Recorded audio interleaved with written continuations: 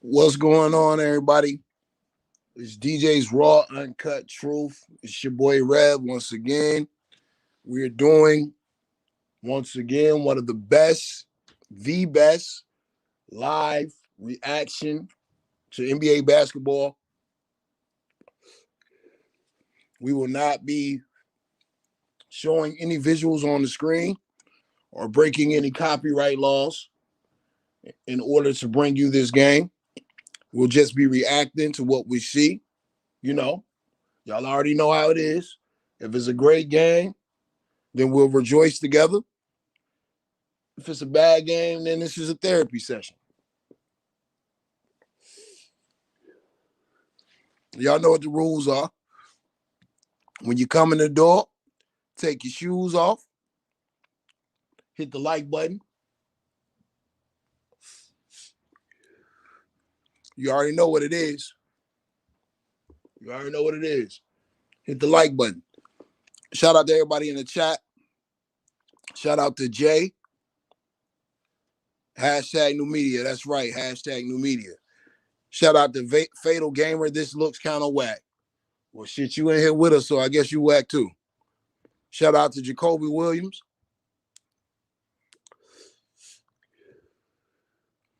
Yeah, John Morant kind of scares me too, man. He reckless with his body. Hashtag new media. Hashtag new media.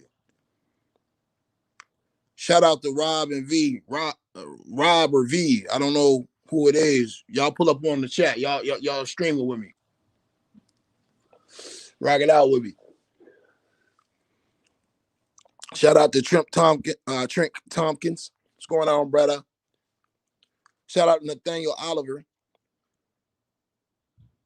Nah, hold on, cuz. The Hornets game been postponed straight up.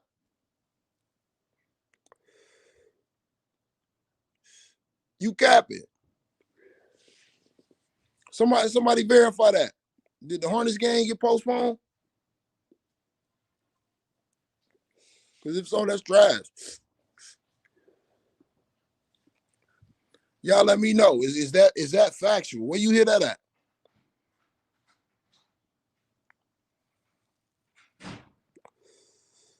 Where you hear that? Can anybody verify that?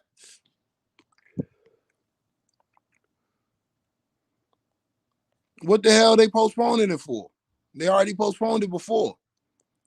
Somebody else got COVID?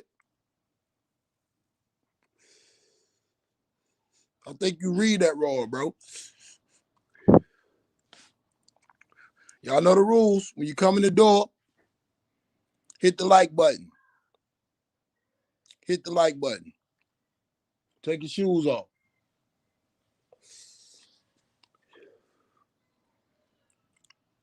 Like, it's dead ass postponed. Like, I ain't heard nothing about it, though. I know they postponed it the first time because everybody on the Washington Wizards had COVID or something like that.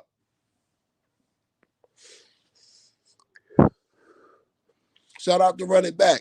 We talk about your boy Lonzo tonight. Rejoice. To all my Zoes, this is your night. If you're a supporter of LiAngelo Ball, you are officially a Zoe. So shout out to all my Zoes tonight. This is your night.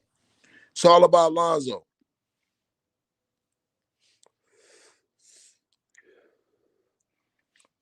Yeah, I don't know what the hell y'all talking about with this postponement. What? That's crazy.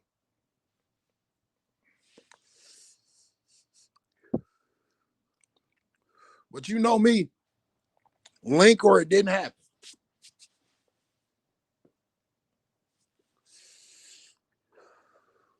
While we kill some time, what y'all think about that boy Tyrese Halliburton today, man?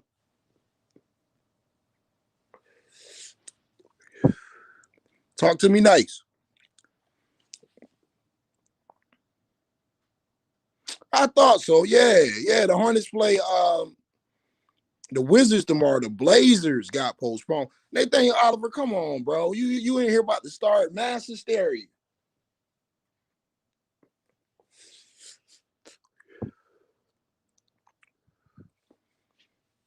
You dig me? You about to start mass hysteria. We all ready to show up to the cookout tomorrow. Everybody got their best outfits. Everybody got the menu ready. People decide whether or not they're going to bring potato salad, no raisins.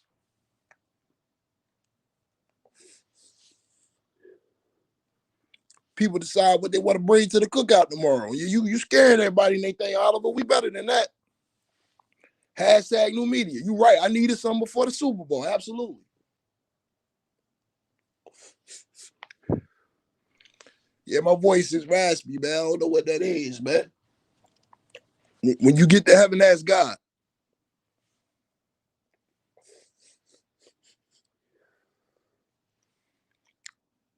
Shout out to Sweatbox. What's going on in here?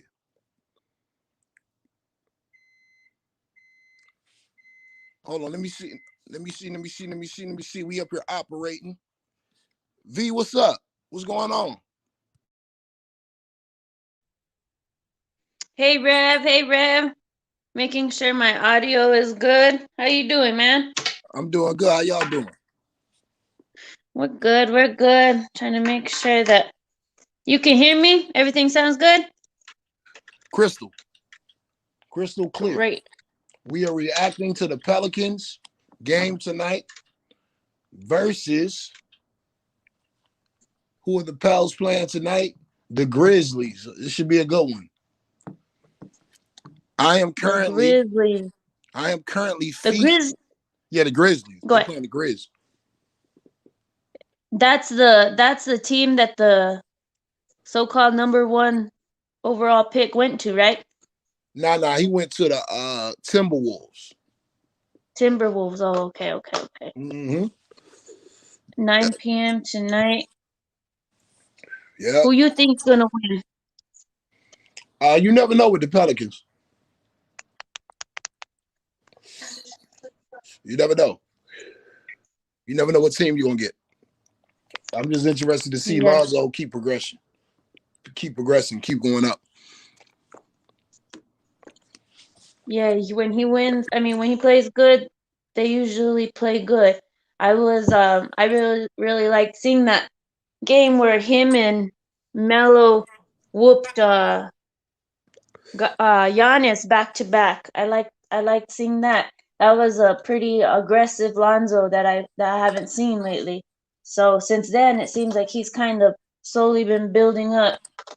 He has. He's playing good. He's playing really good. He basically won the game for them last night. Hit a lot of big shots, had a lot of defensive stops.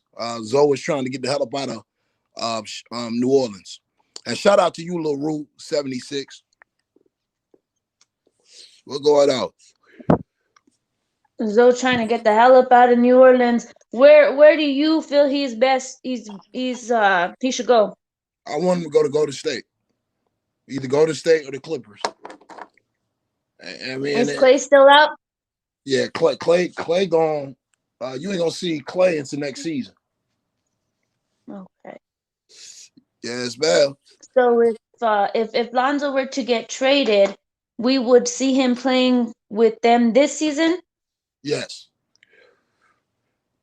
absolutely. That would be pretty great to see because like I don't know if it was the rookie ladder that said that if they could, they would trade Wiseman for Lamelo right now. Well, you kind of get another version of Lamelo if Lonzo goes over there. So absolutely, that's good too.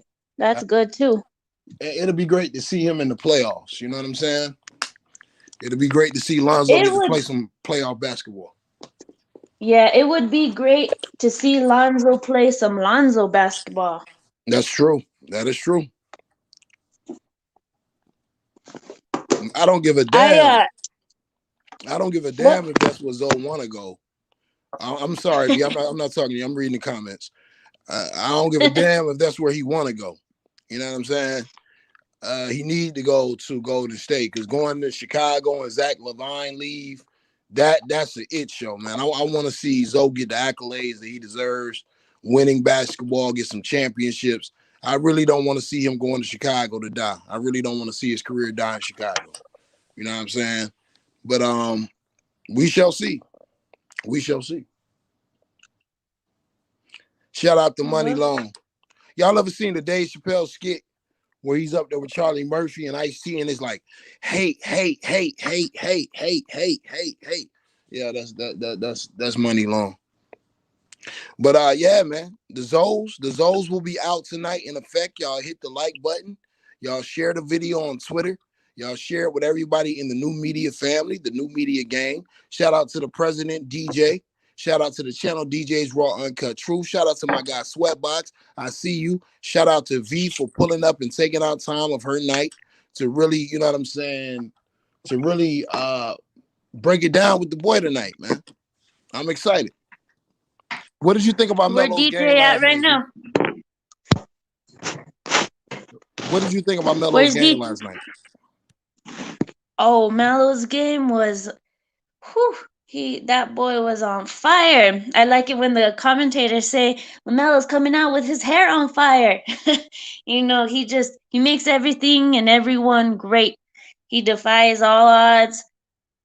He makes the Hornets a team that we're watching. If that doesn't say it all for you right there, man. No, you absolutely right, V. It was a virtuoso performance. Um, and he's gonna need all those performances. He's gonna need his best game because Tyrese Halliburton is playing some good basketball right now. He's not asked to do what LaMelo's doing, but he's producing, and all the dude can do is what the team wants him to do. So Tyrese Halliburton playing some good basketball. Melo's playing on another level right now. And I just want to keep seeing both of those young players keep producing. And shout out to DJ's guy on the Chicago Bulls, Patrick Williams. Yo, the Chicago Bulls are taking the Orlando Magic behind the woodshed and beating them like they stole something. Bro, Zach LaVine is on fire tonight. Anybody watching that game? And to be honest, I don't really watch much of the Kings or the Bulls. I need to start. I need Hey, to start taking advantage of this NBA damn pass for the right. amount I pay for it. I know I got it for Lamelo, but I need to start watching on all these other players. I started wanting to watch Halliburton because of the way that they had spoke about him. But the question, and I guess I kind of already know the answer, but I would like to, I guess, ask it out loud. I went on Skips. They have their own YouTube thing or whatever. You'd think that they would report on just NBA in general, and damn if they don't say shit about LaMelo. I think that they thought that he was going to come in from the Australia team and stink it up in the NBA so they could talk all the shit that they wanted. And since that hasn't happened, if they ain't mute, I think they gone mute, man. Yeah, you're right about that. They didn't think he was going to do as good as he was doing. Let me read some of these comments. Rihanna's Edges. Your name is classic just because of your name, Mike. Whoever you are, that is legendary. Let me rephrase. That's where Clutch Sports wants him to go. Okay, respect, respect. Okay, Chicago. Like I said, I would rather see him on a winner, but if the brother want to go get the bag, he's a grown man. I'm not gonna count his money. Much success to wherever he decides to go, wherever he wants to go. Sweatbox, my guy, my brother, what's going on, man? No Zos in here, just Ball family supporters. That might be true for you, you know what I'm saying? But some people might be supporters of Lonzo and some people might be supporters of LaMelo. I don't think anyone is entitled to support one because of the other. That's not fair, and that's not realistic. If somebody likes Zoe and Zoe is their favorite player, there's nothing wrong with them saying it. Zoe is their favorite player. They're Zoe. You know what I'm saying? And if somebody likes Melo and Melo's their favorite player, I don't think anybody has to be entitled to like anyone just because of who they are. You know what I'm saying? Nah, I mean, but if you do support the Ball family as a whole, that's big up, much respect. That's what it is. But if anybody wants to, watch a specific player and they support them, I'm all good with that as well. It's all love at the end of the day. It's all love. Yeah, Yeah, I like that Oh, go I ahead, V. like they individually made it on their own against all odds, especially for Lamelo.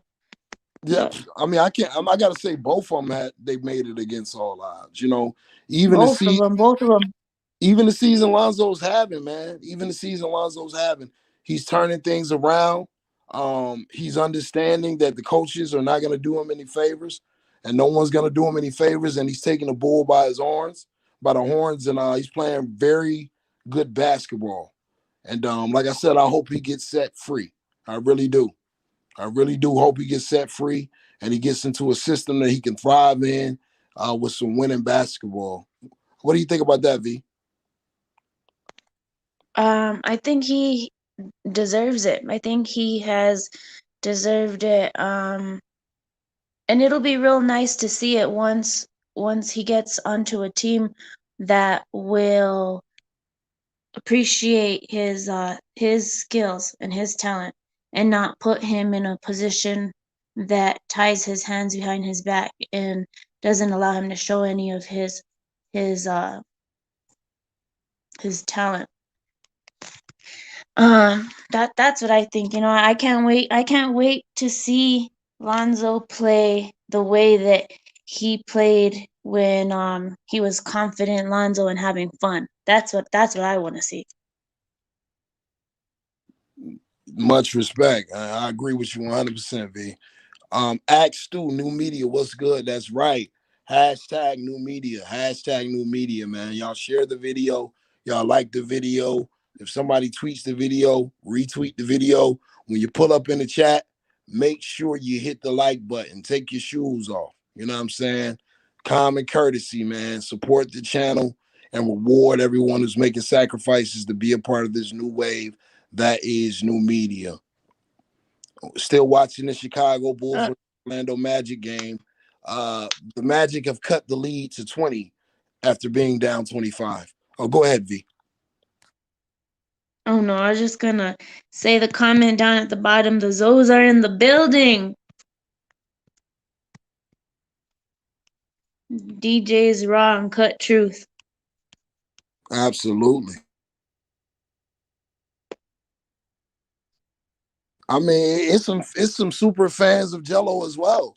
People that want to see Jello Mhm. succeed. They don't wish ill on Melo and they don't wish ill on Zoe, but Jello just fits their style more. And I'm hoping to see Jello get a chance to go overseas and play some basketball and continue to push his career forward to the point that what I'm saying he gets an opportunity at the league because I want to see what he can do on this level. So shout out to Jello. Shout out to the whole Ball family. The whole Ball family. Y'all hit the like button, man. Y'all share the video and like the video. Definitely, definitely get them likes up, guys. I like the Ball family, but I do want to see what Jello can do. I need to ask you though, if as a man, if you had been broken down as many times as Jello has, could you still could you still do it? I'm a black man in America, so I think I could. But it's just a testimony to the way Jello was raised.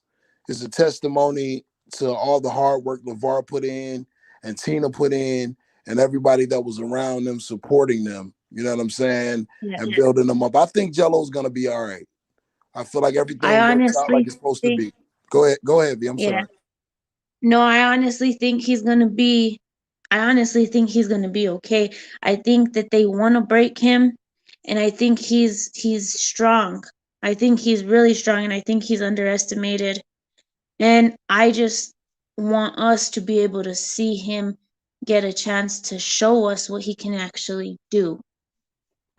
So I send well wishes to that family, to all three of the brothers' careers, and let's see, Melo, he sure knows how to put on a show. Lonzo, he's getting better every year and season, and let's see what happens tonight. If you put Lonzo in a winning system, and you just made me think about this, V. If you put him in a winning system, to me, he could be a Spurs level type player. A guy that ends up with like 5 rings. You know what I'm saying? A guy that ends up with like 5 rings and just an all around great player because he does his job on both ends of the floor.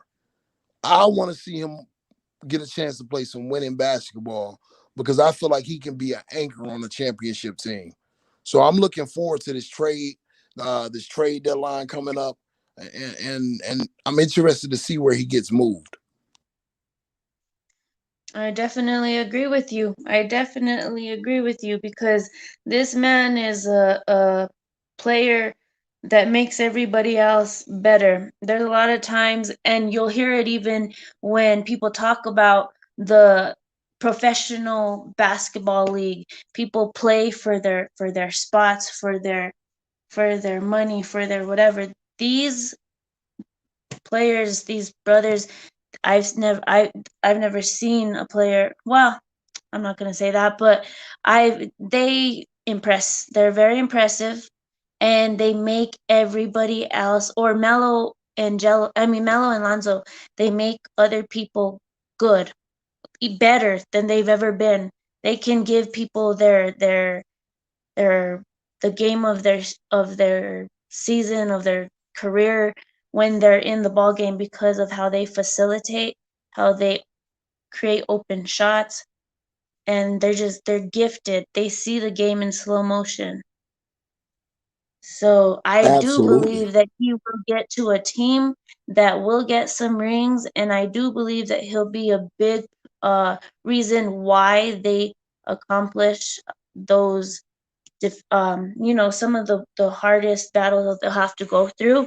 I think that Lamelo is the only reason why the Hornets went on the 3 streak winning, um, and I don't think that they give him any credit. But I would like for someone for that anyone that can get to ask Skip and Shannon why haven't they talked about this young man? I mean, he's rookie of the month. He's broken so many records. He Why don't they say anything?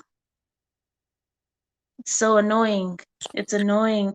I can't wait for us to, DJ Rev, you're gonna blow this out of the water. Everybody hit the like button and share this video. Share their videos. We've Share got all. to become bigger, bro. That's right. That's right. Share the videos. It's a family thing over here. It's a family thing.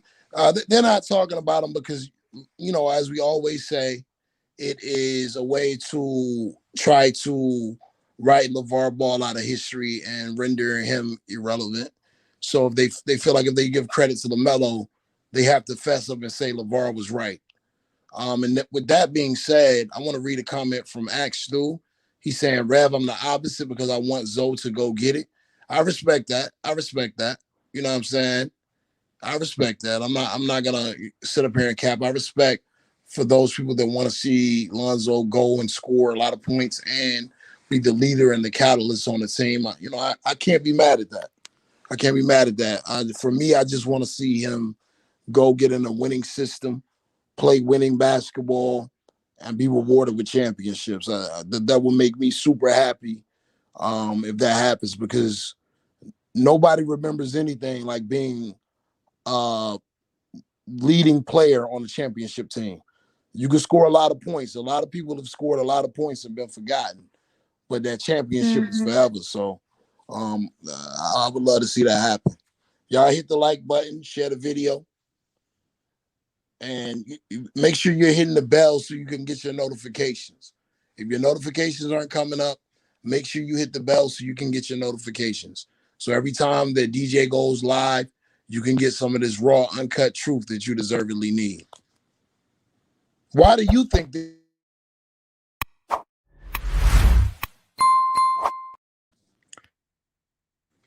V? Why do you think they don't talk about the Ball brothers more on Skip and Shannon or First Take? What do you think the agenda is? Maybe they're tired of having to admit that they've been wrong. Um, I don't know, other than they don't want to promote them. They don't want them to make a they don't want to make their spot in history, which they're doing.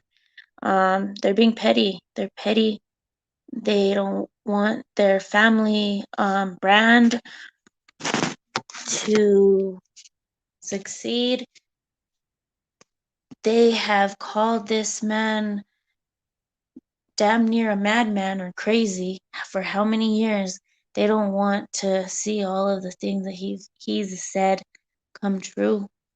Um, and that's a shame, because I feel like, if you're gonna work in media or in, a way where you spread news, you spread sports, you spread the news of sports. You shouldn't be so biased that you can't even speak facts. Um, at that point, it seems personal. At that point, Facts. it's like, why are you doing this? Who is telling you to do this? What's going on?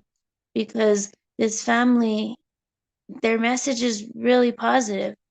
Their children are really good people, actually. He's raised pretty, uh, three good men.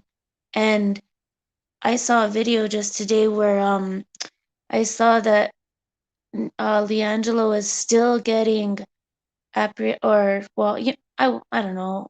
He's still feeling the all the shit that comes with that China thing that happened in what, 2017. And it's like, they didn't like for they didn't like anything that Lavar did after pulling him from UCLA. They didn't like anything after that. And these kids well, these men, they're men. But since they were kids, they've been having to deal with being blackballed in the industry because of their father's mindset and trying to break the system. All of it, the JBA, just everything. And I don't understand how they can try and make a black father who has been there every single day for all of his children, with his wife, loves his wife, does everything in his power to make all of their lives and their dreams and everything come true. And they try and make that seem like a bad person. Like, I don't understand. They sound crazy. They don't want to say they're wrong. They it's I don't know why they're doing this, but it's not because these boys can't play basketball. And shouldn't that be the only thing that they're talking about? It should be, but you know how it is. It's an agenda. Let me get to some of these comments. Let's Ball, do it. Ball Facts in the building. Shout out to Ball Facts. He said he came for that raw, and I'll add on truth that you deserve, uncut truth that you deservedly need. The game is started. Shout out to my guy Maurice Heinrich. Shout out to my guy Jay Stokes. Jay Strokes. I'm sorry. I'm not reading the I'm not reading the stream because I'm looking at the game live. All right, let me put some spec on y'all names. Shout out to my guy Jay Strokes. What's up, bro? Shout out to Ball Facts. Shout out to Call Me FAHU. I mean FAHU. Shout out to Trent Tompkins. Shout out to the whole gang, man. All right, so Memphis is up 2-0. Let's see what Pelican team comes out tonight, man. It's always an up and down situation when it comes to the Pelicans. Let's see. Let's see if they remain motivated. Lonzo came out shooting that thing, looking the same way he was looking last night. Big three by Zoe. Tone setting 3-point shot. Memphis is such a hard nosed team, man. You gotta appreciate the way they play ball because y'all would be hard pressed to name the four other guys that's on the court right now with Ja Morant. And they're always playing tough. They're always playing hard. and they push every team to the max. Look at Lonzo. Big shots, though, too. He's shooting the ball so confident. It's like he intentionally was being inconsistent earlier in the season just so he can get the hell away from New Orleans. The score is 3-2. 10-12 left in the first quarter. Shout out to 704 Charlotte Bound. What's going on, brother? If I was Zoe, I see what Maurice Hamrick is saying about Ja being held tonight.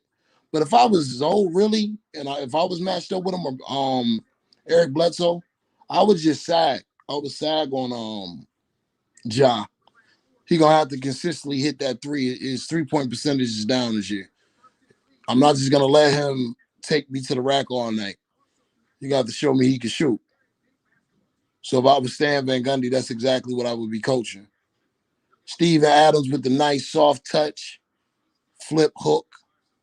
I know Steven Adams gets a lot of flack, man, but I like Steven Adams. I know he clogs up the middle a little bit, but he does provide a presence in the post. Shout out to Tacky MM. What's going on, man? Get my Terrence Howard on. What's going on, man? We watching the Pelicans and the Grizzlies, man.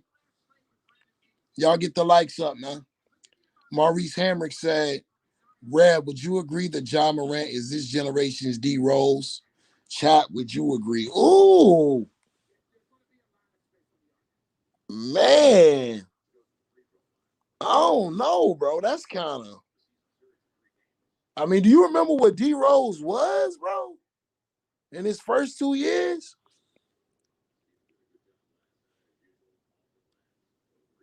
He was pretty monstrous, man. And Ja's a beast, but I don't know if he's D Rose. He's got that level of athleticism. He doesn't have the handles quite what D Rose had. And right now, he's not the scorer consistently that D Rose was. But I mean, I would say a level below, a couple levels below D Rose. I've been seeing a lot less 21-second BI basketball in New Orleans. This scares me. And it makes me think that if they keep winning, they won't trade Lonzo. And that'll be a damn disaster. Because as soon as Brandon Ingram gets a chance to rear his ugly ass head with that 21-second BI thing, he'll be doing it again. They just call Zion for the charge. That boy Zion be like a bull in a china shop. Yeah, Dylan Brooks gonna keep shooting until the cover come off the ball. All right, isolation. All right, Zion, kick that. Eric Bledsoe going to the line. Lonzo's a great teammate, man. He's a great teammate. And yes, Case, Ja is shifty. He's very shifty. He's very explosive, but just straight up pounding that rock, in and out move, hesitation move, change of pace, crossover, and open court behind the back. Derrick Rose is on another level with them handles. Do I think the Pels are making the playoffs? If they continue to not play that 21-second BI ball and don't trade Lonzo, yeah, I think they can make the playoffs. I think they can make the playoffs. But if they go back to that, no chance in hell. And yeah, Ja do got handles. I'm not saying he don't have handles. Yes, I agree with call me FAHU. Ja could be Russ if he got stronger. Yeah, I see that, Sweatbox. I see that. This is a practice that must change. He says, effing idiot. Van Gundy got Zion dribbling the ball up by design instead of Zoe. It's ruining the transition game, and he's making bad reads. That's how you know Zoe is gone soon. Yeah, man, I hope so, Sweatbox. Give us free. On some Amistad. Give us free. But I'm telling you, if he keeps shooting like that, it's going to be hard for that boy to get up out of there. God damn, Zoe. Please cool off a little bit so you can get the hell up out of there, man. Give us 3. Shout out to Kevin Bryant, man.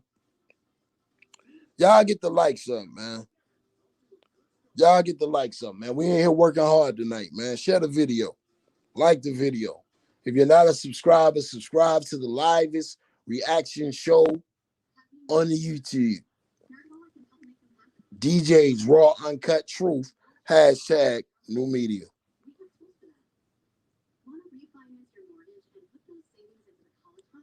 Brandon Ingram be talking up Zoe in interviews because he knows if he leaves the Pelicans, we'll go downhill. I don't have access. I'm on my phone, bro. I don't have access to no links or nothing like that. So, and DJ's at work, and I don't want to disturb the brother. So we just rocking it like it is. We can chat it up in the chat. I'll respond to anything y'all got to say.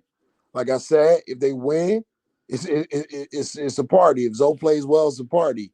If they play bad, then this is a therapy session. Talk to him, Sweatbox.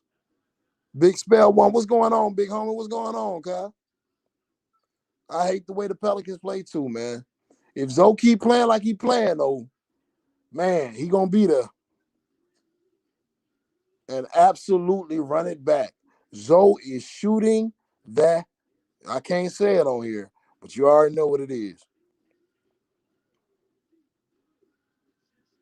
V said Zoe is going where he want to go, bruh. I hear that. Shout out to you, Axe Stu. Shout out to you, brother. I don't know why they letting Zion bring the ball to the court, but I ain't gonna hold you. Look, I'm gonna say this: if Zoe wasn't on the team, Zion used to play point guard in high school. So Zion is not your average big. You know what I'm saying? Zion, he got some moves. He got some in and outs, some crossovers. And he can pass the ball pretty good when he wants to. But I understand when Zoe's on the floor, he should never, ever in life, forever bring the ball up the court. Never. So I understand what you're saying. Dre Day, what's going on, cuz? I see you up in here. Yeah, Zoe got 2 of them things. 2 of them trade days. Zoe might go for 30 tonight. He like, all right, Melo, you want to get off? Let me show you something, little bro. You ain't the only ball brother in the league. Let me show you something. Let me show you how to do this thing efficiently. All right, 21-second BI got the ball. Passes it to Zion. He misses. Ja Morant in the open floor. He seems to respect Zoe's defense. He hasn't really been attacking Zoe like he attacks other guards early in this game. And Zoe is playing smart defense. He's doing exactly what I said. He's kind of sagging off Ja like, yeah, you're going to have to show me something. That's all right, Zoe. Keep shooting that thing, man. Keep shooting that thing. Shoot that thing until somebody come rescue you. Shoot that thing until you see the helicopter after the game coming to pick you up to rescue you, take you to another team. Shoot it into the SOS rescue squad comes for you, bro. All right, Zion handoff to Zoe. Oh, God, 21-second BI got the ball. He kicked it back to Zoe, and Zoe delivers with the 3. Okay, somebody in this organization has had a conversation with BI because you don't see that often. Zoe has 9 big ones, and it's not even out of the first quarter yet. He's shooting 3 from 4, 3 for 4 from the 3-point field. Zoe 2 with the steal, kicks it out to Bledsoe. Bledsoe to Ingram. Once again, Zoe's wide open over there in the wing. Shoot it into the SOS helicopter comes to get you, bro. Good pass. Zoe out here playing, man. Look, I'm going to say it. When Zoe plays well, the Pelicans win. Ja Morant bringing the ball up the court. pushing off on Steven Adams. Jang with a big three from the corner. But that's a lot of space you asking Steven Adams to cover. That's a lot of space for a big. Okay, Zo bringing the ball to the court. Zion breaks his man down, gets to the rack, foul. You know when Zion goes to the rack, if you put a fingernail on him, it's a foul. So he going to the free throw line. Hey, new media roll call. Where y'all watching from, man? Where are we enjoying the festivities from tonight? Put hashtag new media in the chat and then put your location, man. This is the roll call. This is the roll call. New media roll call. DJ's Raw Uncut Truth. Keep the stream active. Let's keep it going. Zion hits the first free throw. He's shooting the free throw a lot better than he did last year. Looks more fluent, softer touch. Hey, my guy said he's in West Hollywood, California. I live in West Hollywood, California when I'm in LA, Leland Avenue. Shout out to you, brother. Okay, Stu said he in the DMV, DC in here. Okay. I can't do a proper DC accent, so I ain't even gonna try. Shout out to the D, Trent Tompkins, as always. Shout out to J.K. Robinson from the Duval County, Florida. I see you. My guy D. Clark is in Australia. Shrimp on the barbie. Shout out to you. My guy D said he's on the bus to Auburn. Roll damn tide.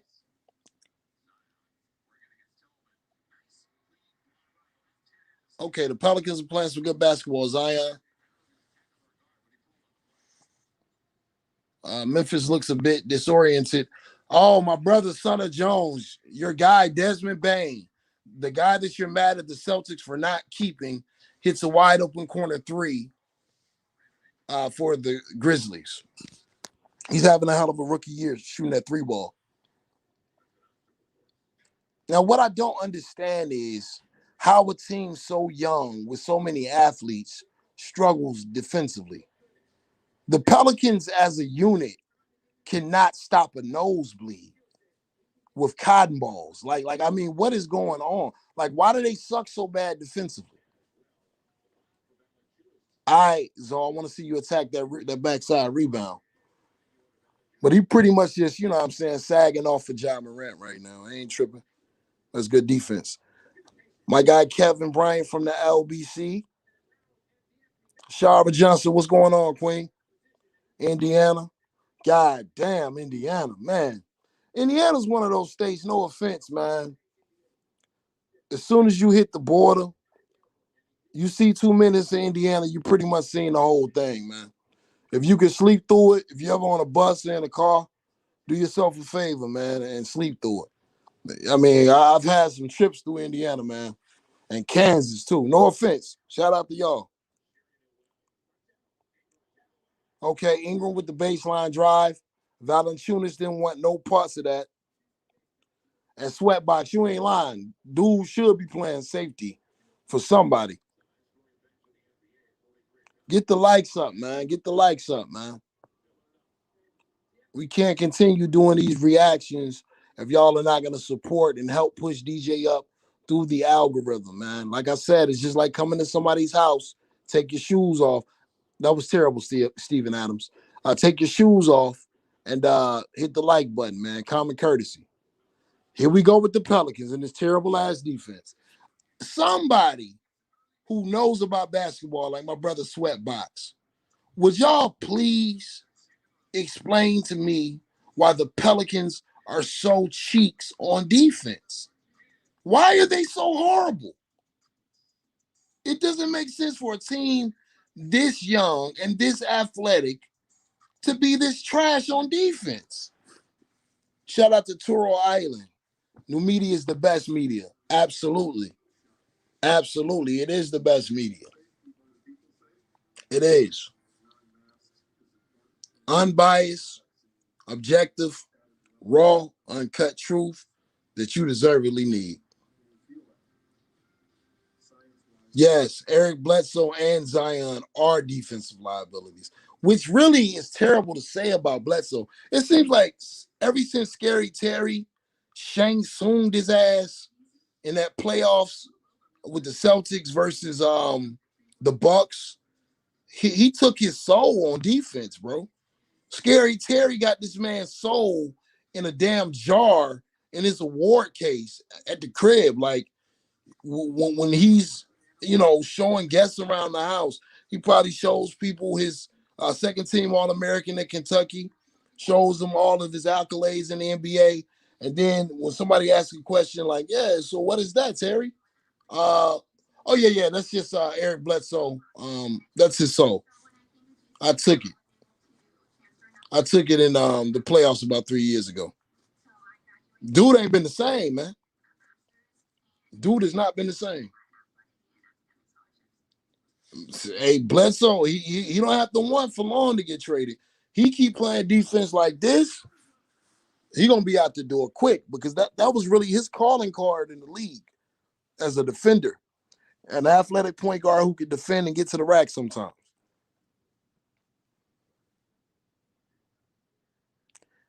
BI needs to play up on the 3-point because no one is gonna try to shoot when BI is in front of him. Yeah, BI is a terrible defender, man. I'm gonna call it like it is. BI don't put no effort on defense, man. He's not even trying. He's too long.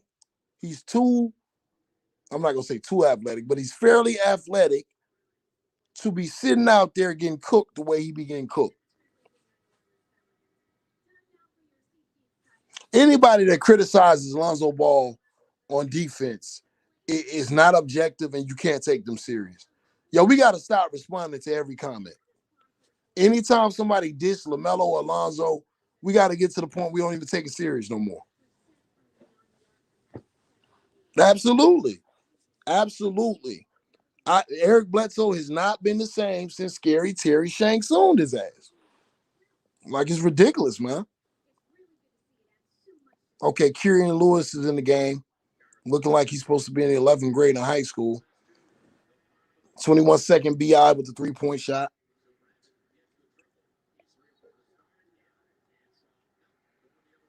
Man, you really need to work on your handles numbers. I don't even know what number that was for the Grizzlies, but that was terrible. I hope that wasn't Desmond Bane dribbling the ball like that. I think it was. I think it was. You really need to get into the gym this summer. That was horrible. Everyone's favorite karate kick sweet kagger, Grayson Allen, is in the game. Another overrated player from Duke, I might add. Valanciunas with the easy putback. Bledsoe ain't been the game since he got the bag. Lord have mercy. You said something there. Act Stu, Rev Bledsoe was first team all defense last year. I don't really go with all that all defense MVP. I really don't, I don't lend credence to any of that. Zoe hasn't made first team all defense or all defensive teams since he's been in the league. I can't take that serious. I can't even take the MVP award serious. When you're letting people like Skip Bayless vote on MVPs and things of that nature, I can't take that serious. JJ Redick hits a 3. It's been a while since he's done that.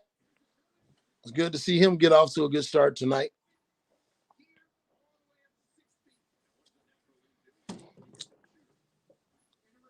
I'm just messing with you. I mean, Indiana's really not my cup of tea at all. I can't cap. Like Indiana.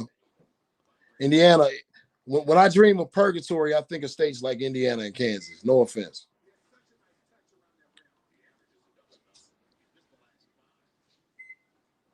Easy to look good on defense with Giannis and Middleton behind you.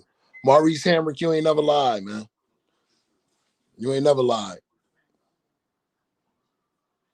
Desmond Bain. Okay, Brother Jones, if you listening, bro, if you listening, man, I understand why the Celtics would have some concerns about Desmond Bain. Because other than spot up shooting, he don't really give you He don't give you too much more on the offensive end. He don't give you much more.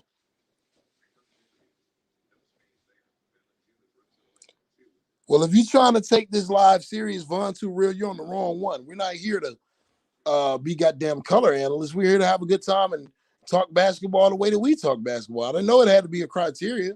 I didn't know we had to be sweating bullets when we up here talking basketball and responding to what we're seeing on the TV. Hell, ain't nobody paying us. This is new media. We do it our way. We like to engage with the chat and have fun. Kieran Lewis with a nice lob pass to Zion Williams. Man, Zion Williamson, man. I figured it out, man. I understand why he's such an offensive mismatch for a lot of defenses in the NBA. Basically, you got a shooting guard, a former point guard with the body of Sean Kemp and Shaq mashed together, and the athleticism of LeBron James coming downhill, crossing over power forwards. He's going to be able to score when he wants to. Oh, okay. I got you, Von Too Real. My bad. Unnecessary either. That's on me. That's on me. There's a reason to have the NBA perked up when they heard Zoe was on the trade block. I hope David Griffin makes that trade and look foolish. Yeah, me too, man. Me too. I really hope that Lonzo gets the hell up out of there. Y'all continue to get the likes up. I'm going to stray away from a lot of Melo content tonight. Tonight it's about Zoe. Tonight it's about Zoe, too. I don't want to spend too much time talking about Melo. We got to give Zoe his flowers. Zoe's been playing. He's been playing really big right now, man. So let's focus on the task at hand, which is Lonzo Ball tonight. It's all about Zo, too.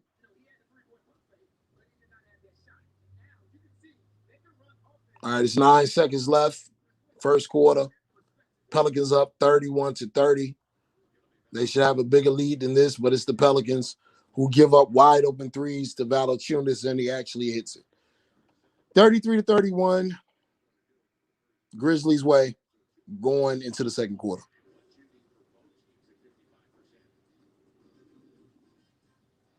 No, Toro Island. I agree. I don't think Lonzo is getting traded to Charlotte.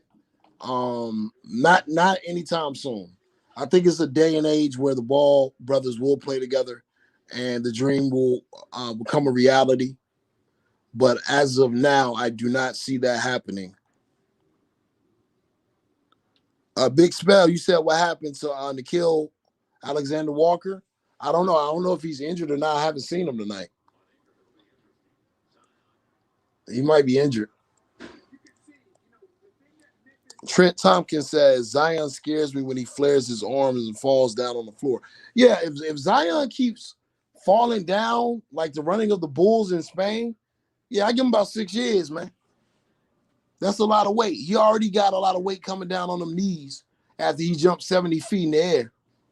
So I can only imagine all the joints and muscle pains that he's going to be dealing with in 6 years.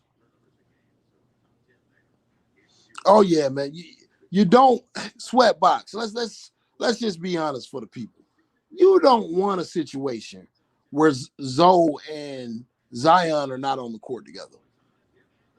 You don't want Zion out there without Zoe. For anybody that knows basketball, that's common sense. You know, but if the Pelicans decide to do that, I mean, like I said, trash organizations do trash things. Okay, so y'all are saying to kill Alexander Walker is not playing tonight because he didn't play good last night. Well, that's good. More burn for Zoe. More chance for him to light up a fire and send a smoke signal and a SOS to whatever helicopter is in range from whatever team wants him so they can come and rescue him. Y'all hit that like button. What are y'all thinking about Zoe's start? What are y'all thinking about the Pelicans and their starts of this game? Y'all chime in. Let me know. heading into the second quarter.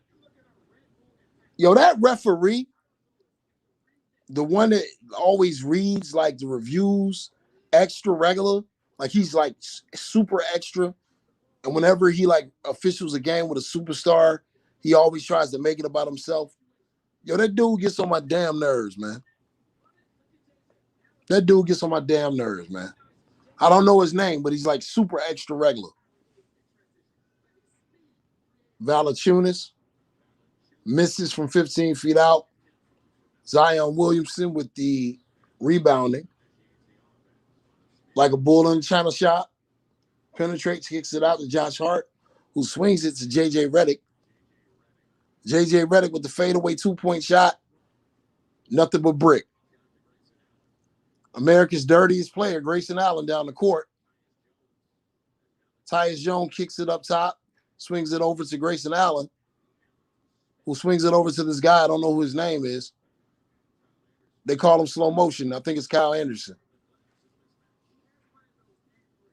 Boy, they got Valanciunas out here looking like Jordan, bro. Valanciunas got 15 of them things, man. Zion on two defenders basically bullies the hell out of Grayson Allen, puts it off the backboard. Nah, Grayson Allen on the Grizz, bro. He been on the Grizz for like a season and a half, something like that.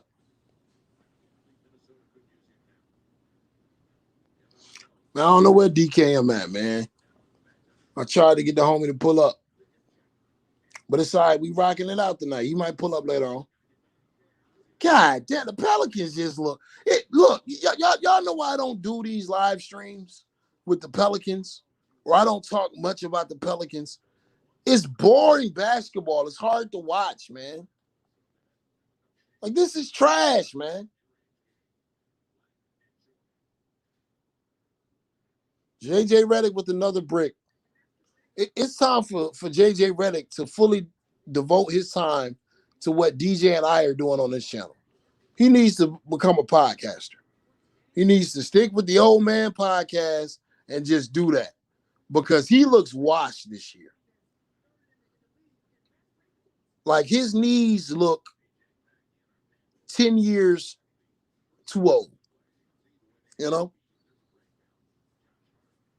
I don't know. Maybe it's just me, but he doesn't seem to be getting the lift on his set shot anymore and coming off those screens. The bench is terrible. Absolutely. Yes, Pelican basketball puts me to sleep. Absolutely. And then they got this goddamn dry-ass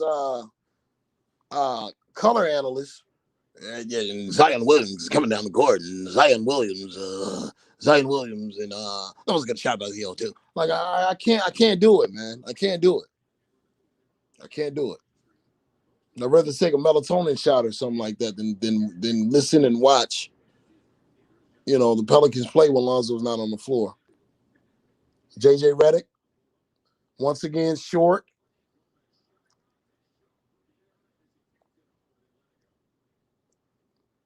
For those who want to know, the score is 40-35. Grizzlies are up. Zion Williamson, bad defense, swings the ball. Grayson Allen with a bad brick.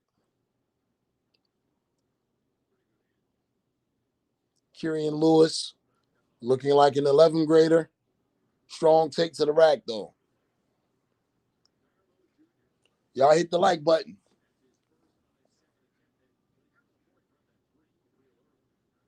Kyle Anderson, pump fake, kicks it to Brooks. Brooks has not seen a shot he does not like. Finishes strong at the rim once and one.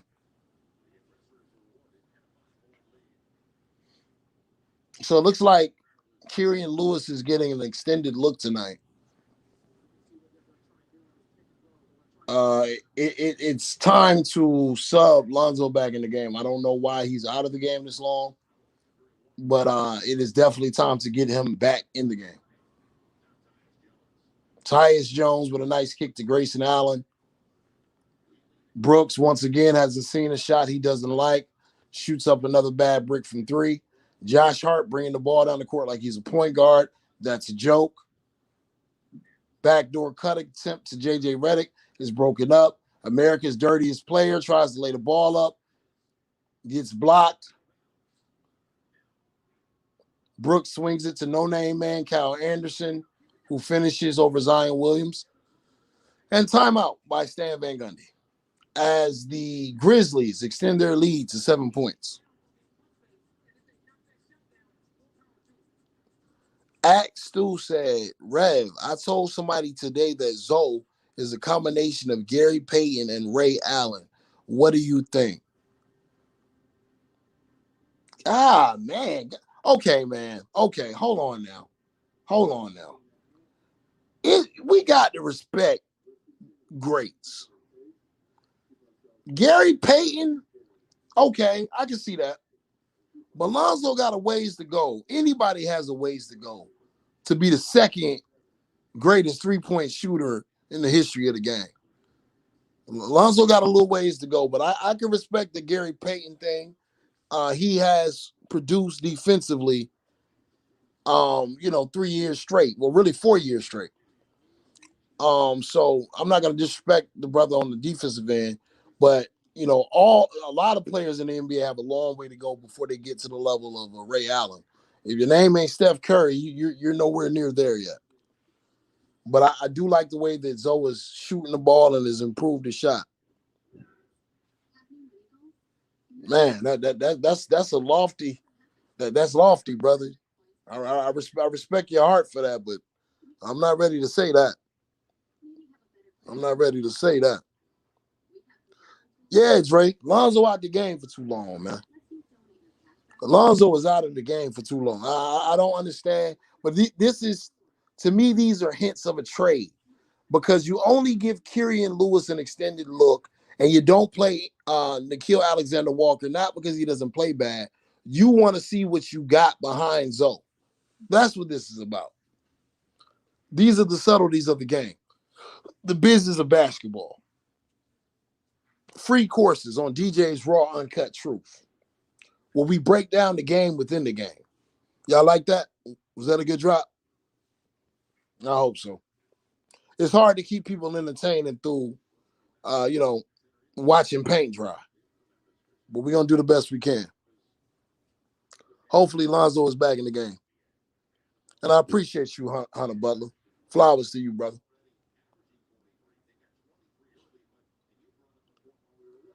Basketball knowledge. Lonzo honestly can take a page out of Payton's book and post these smaller PGs up. Yeah, that's a page out of Jason Kidd. Jason Kidd was a master at bully ball. When that three wasn't falling, Jason Kidd will put you in that glass. Y'all get the likes up. We working hard tonight. Valanciunas had 15 points going into the second quarter. Y'all did not hear that wrong. Valanciunas had 15 points going into the second quarter. And no, your TV is not messed up, so there's no need to throw something at it or hit it. Zoe 2 is still on the bench. And Eric Bledsoe is back in the game, and he shoots a bad brick.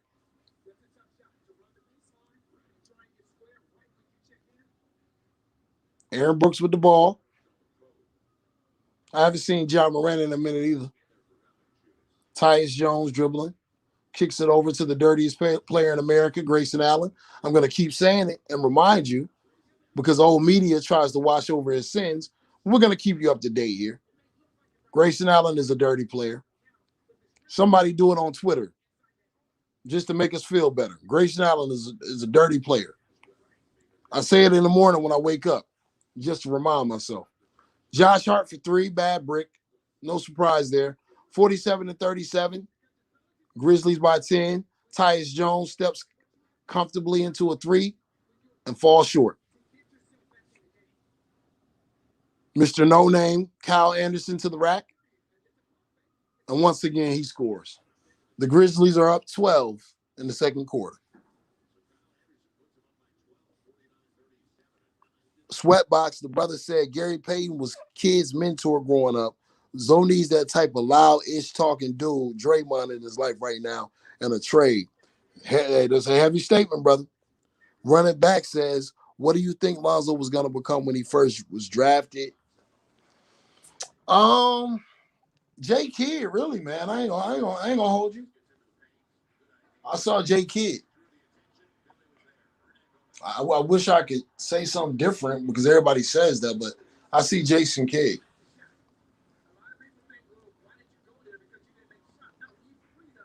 Why is it so out? Why is Zoe out the game right now? Man, I don't know. I think they're trying to get an extended look with Kyrian Lewis. It ain't working though. Eric Bledsoe with the rebound. Kyrian Lewis trying to take advantage of his opportunity with a nice move to get into the lane, but he's a rookie, so they call travel. If that was James Harden, he would win an MVP award off that move. Back to the bench, bro. Tough luck. Zoe2 was about to check into the game, and you were the turnover that subbed yourself out. It's tough love, man. Back to the action.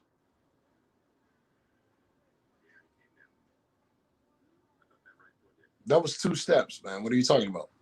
Okay, Ja Morant is back in the game. Zoe2 is back in the game. Let's go. Ja Morant probing, running the offense. No Name Anderson has the ball. Horrible layup attempt, blocked by Brandon Ingram. Josh Hart once again bringing the ball up the court like he's a point guard. Loses the dribble, passes it to Brandon Ingram. Zoe2 goes up strong, gets fouled, no call. Now, that was a very interesting play. And I want Sweatbox to come on this, comments on this, and the students of the game to comment on this. Zoe2 just drove the ball to the rack, and Brandon Ingram was open on the backside. The old Zoe2 would have easily kicked that ball off to Brandon Ingram wide open for an easy flush. Not Zoe2 tonight.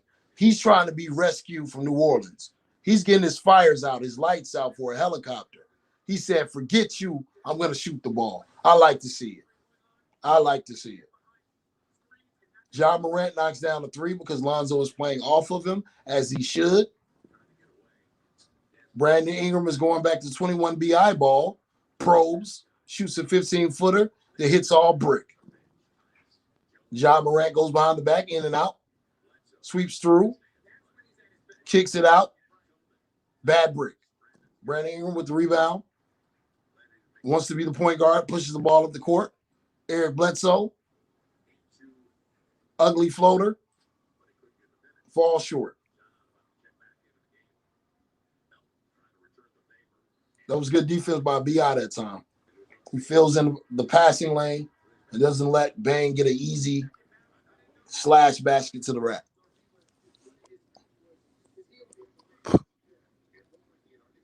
Shout out to Wealth Engineer and the brother. Y'all get the lights up. This is DJ's Raw Uncut Truth. This is your boy Rev holding it down. We're doing the live stream reactions to the New Orleans Pelicans game versus the Memphis Grizzlies. Steven Adams with the block shot. BI with another rebound.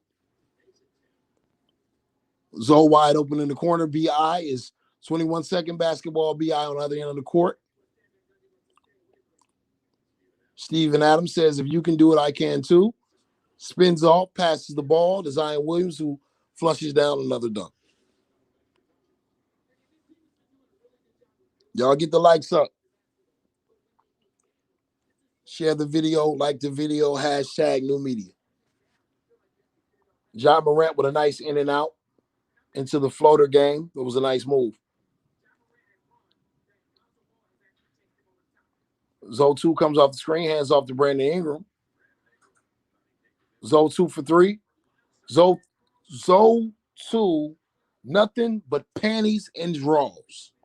For those of you that don't know what that means that shot is wet. He has 12 points on the night. Ja Morant is cooking. He's starting to cook. He's starting to dictate the pace of the offense. Zion Williams behind the back, spins off, pushes Jang to the floor, and trots back to the bench like, do something about it. Oh, yes.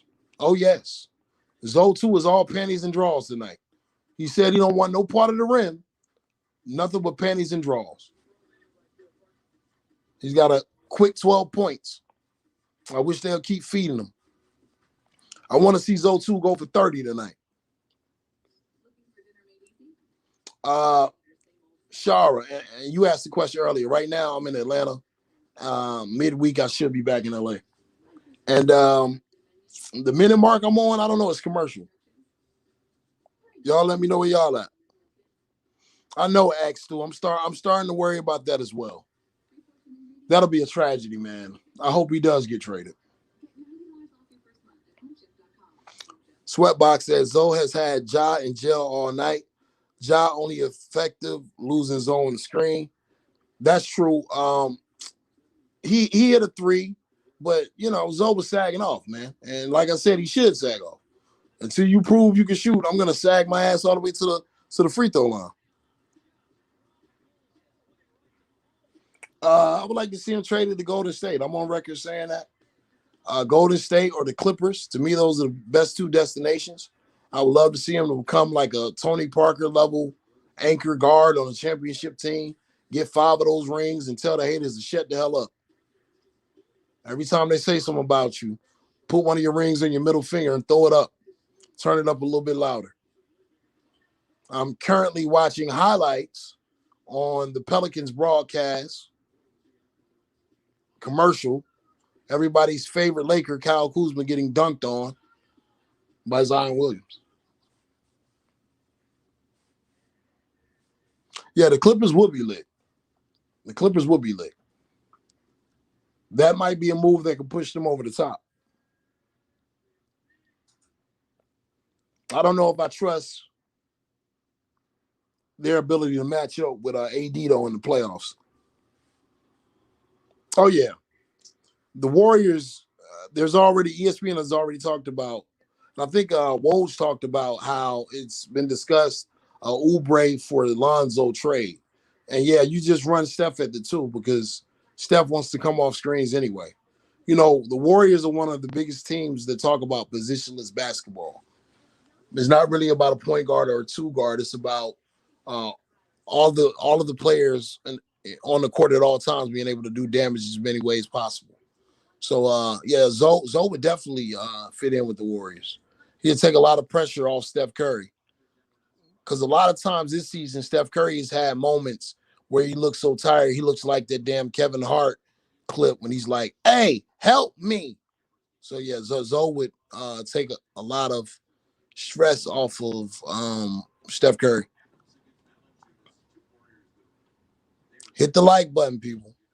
Hit the like button. I respect this, Shara, but if you go to Golden State, he's starting. I'm letting you know that. They're not trading a starter for a guy to go to the bench. So Zoe is going to be starting, especially the way he's playing right now. And if Golden State continues to have Steph run the point and shoot threes and do all of that, Steph won't make it through the season without getting injured. His body is not built to carry a team like that. That's putting too much on him. They're asking him to do too much right now. Oh, but they got James Wiseman. Oh, man. Oh, the man, the myth, the legend is pulled up. DKM, what's going on, brother? What's good, bro? Not much. Now I can get something to drink. Hold it down, brother. Oh, bro, it's only the second quarter. That's calm. That's calm. Hello, chat. Hello to the people. I missed you guys. How you guys doing? How you guys doing? How you guys doing? How are you guys doing? How are you guys doing? Shout out to everyone here in the chat. New media, spam up that new media, spam up that DKM, spam up that rev. It's extra hours, bro. We already made a video today on my channel. Now we're going live with Rev. You know what I'm saying, bro? It's non-stop working, bro. In love with the grind. We all are. We're all committed to this. I want to give you guys content, bro. Whew. How's the chat? Let's see what the chat's saying. Lonzo caught the lob. Yeah, I need to start watching the game. Okay, wait. Is Lonzo lob? Did they lob it up to Lonzo? It's rare. You see that two-handed flush. You love to see it, bro. Lonzo getting up, showcasing them athletic bunnies that we ain't seen too much of in the NBA. Ain't seen too much of it. DKM, if Lonzo is catching lobs, you know he's trying to get the hell up out of New Orleans. Bro, Lonzo, listen, right? I'm going to give Lonzo one benefit of the doubt here. When Lonzo picked up his form last season, when he got going, we all thought that was going to be his breakout, but the hiatus kind of got in the way and whatever. It kind of compromised and it slowed everything down. Facts.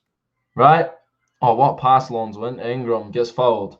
So what I'm hoping is that he just needed to get his confidence back, get his play back, and then from now on, which kind of these past 5 games, Lonzo's been playing really freaking well. If he maintains this level of play for the end of the season, I don't know. I'm not willing to rule that out because last time when he was playing this well, it's not like he started playing badly. It was like, boom, the season just got cancelled suddenly. And, you know what I mean, the 8 games in the bubble, you know.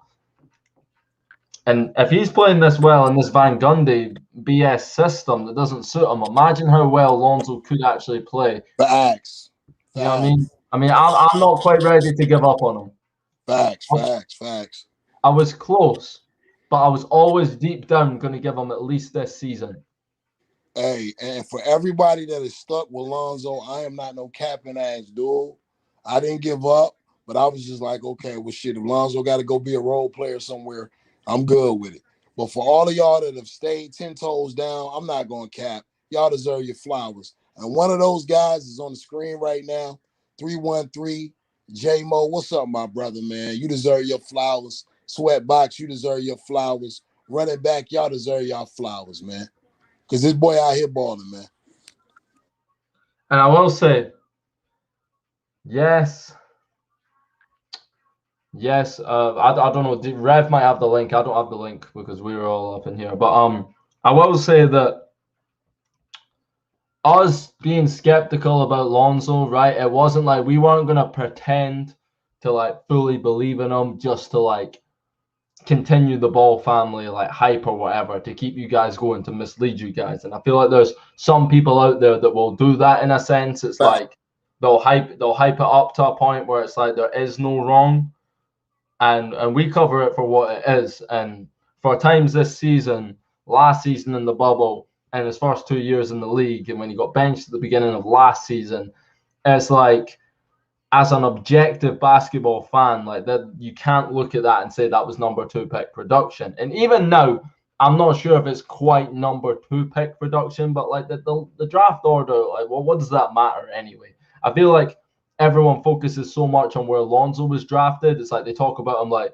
oh, he was drafted number 2 overall, but you never hear anyone say the same about Markelle Fultz just because someone was drafted later than him. I think what's held against Lonzo so much is the fact that Jason Tatum was picked up after him. But that shouldn't be an indictment against Lonzo Ball. You know what I'm saying? The same way we shouldn't hold it against Anthony Edwards and James Wiseman that LaMelo's playing better than them. The same way we shouldn't hold it against Marvin Bagley that Luka and Trey are better. That's on the teams, not the players. The players don't decide where they're drafted. So this number 2 pick stuff, he didn't live up to lottery pick production yet on a consistent basis, but playing like this, if he continues playing the way he is playing right now, absolutely lottery pick level player. True. Lakers about to get ready to start for all my Lakers fans that are in the building. Purple and gold up. Shara Johnson, you say he got to play like this every night. Sister, that's true. But look at his last 4 games, man. Lonzo's balling. Like, you know, Lonzo is balling. And 313, check your Twitter, bro. 313. This shot out is going to 313. Check your Twitter. Nah, but Lonzo is balling. So I got to get a brother his flowers, man. He hooping out right now. And like I said, I think where there's smoke, there's fire.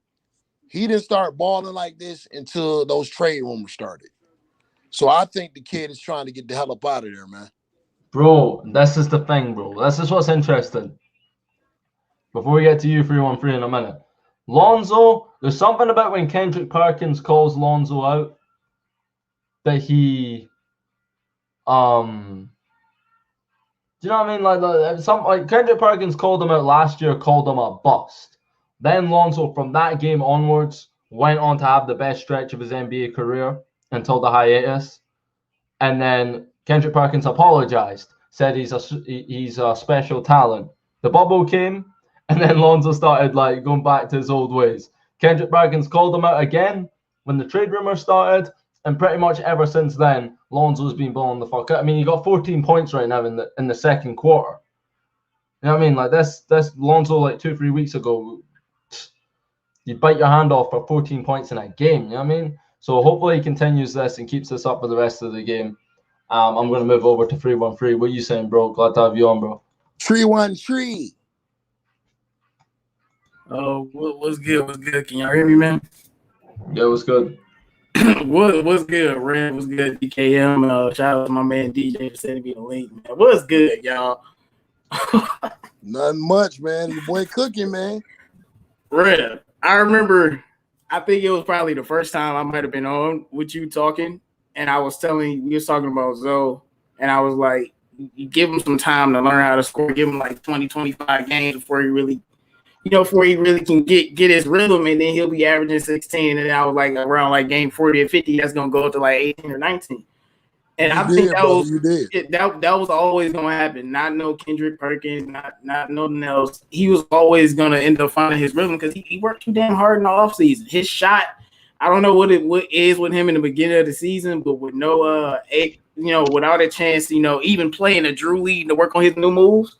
It took him a while, but his jumper is good. But I would like to see him do more, in that in between game area. But I've always said he's a great shooter. He's not just like a good shooter. Like he's a great shooter. I think he can shoot 40%. But you're right, man. I think yes, he wants to get out of there, but playing well benefits him regardless. He wants to get paid, bro. He not thinking about. I don't even think it's like what team I'm on or anything.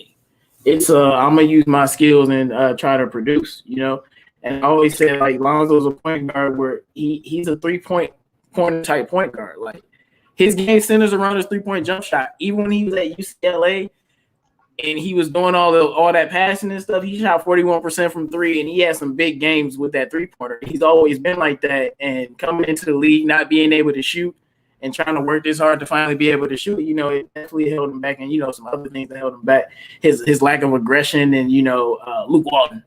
But end of the day, when you work as hard as he did in the offseason, you're going to produce. And I think, he's going to keep playing well. I'm sure he'll have a dud game eventually. But he's going to keep playing well. And if he goes to the Warriors, I'm going to be honest with you, I hate the Warriors. I would just say I hate them. But if he goes to the Warriors, they talking championships, bro. You don't want to put him with Steph Curry. You don't want to put him with the greatest. You don't want to put – if you put Lonzo with the greatest shooter that ever lived, like, you might as well, like, book it. Like, it's over. Like, then when Klay Thompson – you put him with the 2 greatest shooters that ever lived with a passer that – with a generational talent at passer.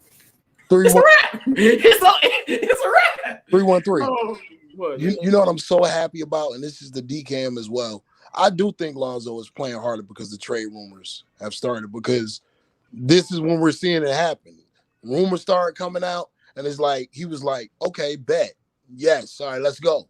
But I'm so happy that Kelly Oubre had a 40-point game the other night, because ESPN has reported twice of a Oubre for Ball trade.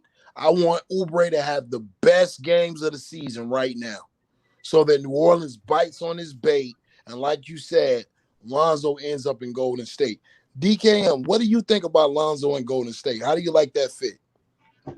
I would love to just see. Listen, if Lonzo's going to play for like a non-playoff 10, 12 seed, other than the Hornets, I would want him to. I'd rather he just stayed in New Orleans, because I think eventually they would get the right coach.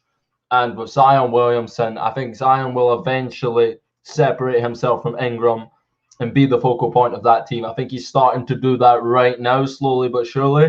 Like, this team needs to be more about Zoe and Zion and less about Ingram and Bledsoe for me, right? So in terms of just like, if he's going to go to one of them teams, like your Bulls or something, I don't want him to go to the Bulls and to be the same situation where he's standing in the corner because Kobe White's bringing the ball up the court or Zach LaVine, stuff like that. I'd rather he just stayed in New Orleans in that sense. But if he's going to get traded, I don't want him to another Ball brother for the millionth time to play on a bad team. Like Lamelo and Illawarra last year, bad team. Lonzo, Lakers, bad at the time, bad team. Pelicans past 2 years, non-existent. Hornets this year, bad.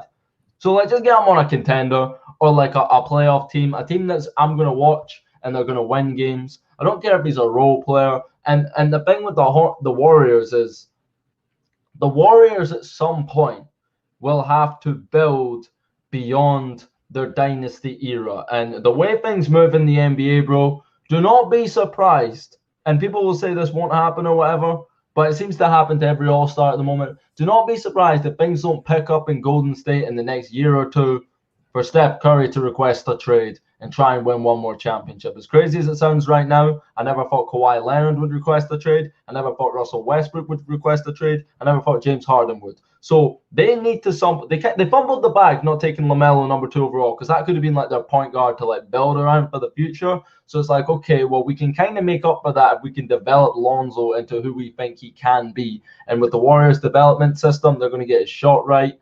And him playing with Curry, just smart basketball players, I think it would be a great fit in that sense. And Lonzo and Wiseman is something to build around long term beyond the current dynasty, because we don't know what Clay's going to be like when he comes back. And Curry, he's getting up there in age, you know what I'm saying? And I don't want no Warriors fans taking that the wrong way. I'm just saying any player can request a trade in today's NBA, if that's anything we've learned over the past few years. I see Steph is cooking Luka tonight. He's smoking on that Luka pack. He's got 30 in the first half. 3-1-3. What are some other locations you would like to see Zoe in since it's halftime and we just shooting the I agree with DKM about him staying in New Orleans personally, because I just personally think you break up Zoe Zion, you're basically just stupid. Like, you know, like Zoe would have to really be underperforming. But bro, I'm serious. You do I'm not serious. Brandon Ingram, bro. I ain't say, but did you hear me mention BI? I didn't mention him. I said Zoe and Zion. But he's You there. can't break them up. Hey man, you gotta roll with the punches sometimes, man. Hell no. You gotta get a different coach or something, man. Like at the end of the day, it's about what David Griffin is gonna do. If David Griffin want to trade him away, he's gonna trade him away. If he wants to pay him, he's gonna pay him. But Golden State, it's a nice little place. I do like the Bulls because I don't think Kobe White isn't going to be a real enough threat for Lonzo. If they trade for Lonzo, it's for a reason. Obviously, I want him playing with his brother. Like I really like. I want him playing with his brother so bad you don't understand. And like I told you, Rev, the more I watch LaMelo, the more I want Lonzo playing with him. But you know that's something that can't really happen, man. So. At the end of the day, those are only two teams, like the Bulls and the Warriors, that's like the best situation for him. Like, you know, people talk about Toronto, but Toronto has Fred VanVleet, and the man just dropped 54. So that's gonna be that. And I know they still got Kyle Lowry, but I don't know what direction they're going in. And like they talk about the Miami Heat, but I think that he have enough. They have a whole lot of guards over there, but it'd be interesting. But they'll have to get rid of Goran Dragic. But I mean. It's not like I want them to stay with the Pelicans, but like, they got to do something, man. You can't break up Lonzo and Zion Williamson. Like, you just can't do that.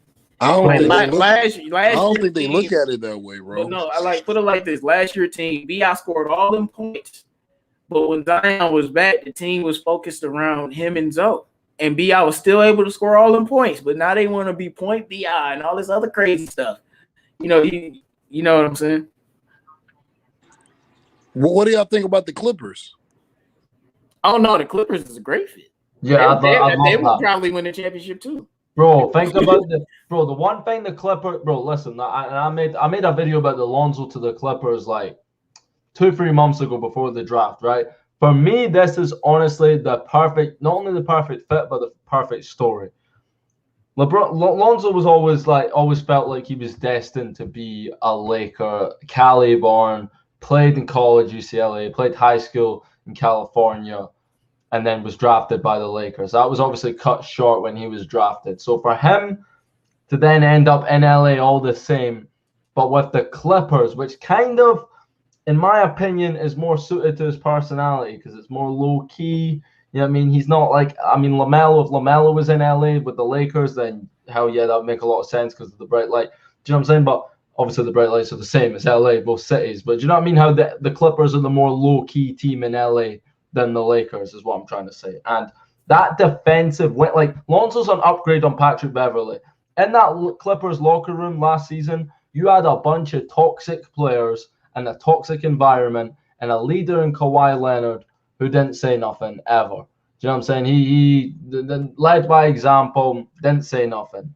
And I think Lonzo, being as unselfish as he is and so selfless, if you were to have him as the pass-first playmaker to get everyone involved with that team, you don't lose anything defensively because Lonzo, in my opinion, is an upgrade defensively on Patrick Beverley, believe it or not. And then you got, as your wing defenders, your perimeter defenders, going against the Lakers in the conference finals, you got Lonzo, Kawhi, PG. I mean, that could cause Braun some trouble to some extent. And I just think it would be a fitting story if they went and won the championship and Lonzo, ironically, with the Clippers, beat the Lakers who traded him. That sounds all nice, but I don't know. The Clippers have a lot of ball handlers. So who are you going to get rid of? Because you got Reggie Jackson handle the ball, Kawhi, PG handle the ball, Beverly, Luke Kennard handle the ball. They got plenty of ball handlers, so they're going to have to get rid of some pieces to bring him onto there. If they just add him there with all Lou Williams, if they just add him there with all those pieces already, it's not going to work out as smoothly as we think, because how many shots is he going to get? Now, they're going to have to trade him anyway. And Paul George and Kawhi are suckers, so they always looking for somebody to,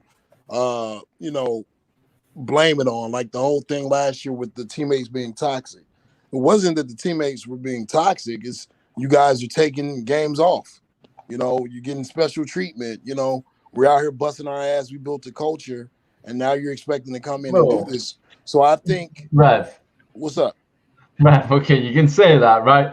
But I could imagine when you got a locker room of Lou Williams, Montrezl Harrell, the Morris, you know what I'm saying? All these guys, bro. Like, but they were perfectly fine the year before. They built that culture before Kawhi and Paul George got there. They made it to the playoffs and played Golden State tough. So yes, I mean, if you were dealing with a team full of scrubs, that's one thing. I don't think that's what happened. I think those guys came and tried to hold the organization hostage. They didn't perform on the court, and at the end of the season, the little guys took the fall. Kawhi was said to have wanted Lonzo over the summer because he wanted somebody that could set the table for him and Paul George. I think it works perfectly. You got to get rid of Bledsoe. You probably got to get rid of Lou Williams. Reggie Jackson should come off the bench anyway. I like it, man. I like the Clippers. You mean get rid of Pat Bev? Pat Bev. Yeah, get rid of Pat Bev and Lou Williams. And I was saying Reggie Jackson should come off the bench behind Lonzo anyway. So I like it, man. I like it a lot. I hate the Dippers, but if that's what it's gonna take for Lonzo to win, bro, I'm all for it, bro.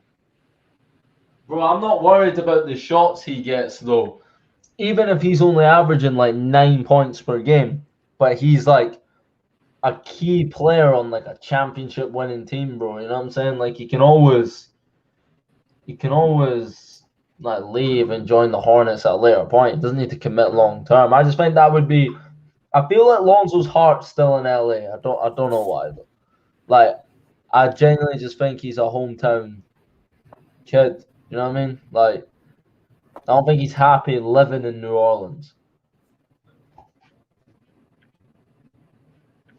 No, I agree with that. Man, worst case scenario for me is him staying in New Orleans.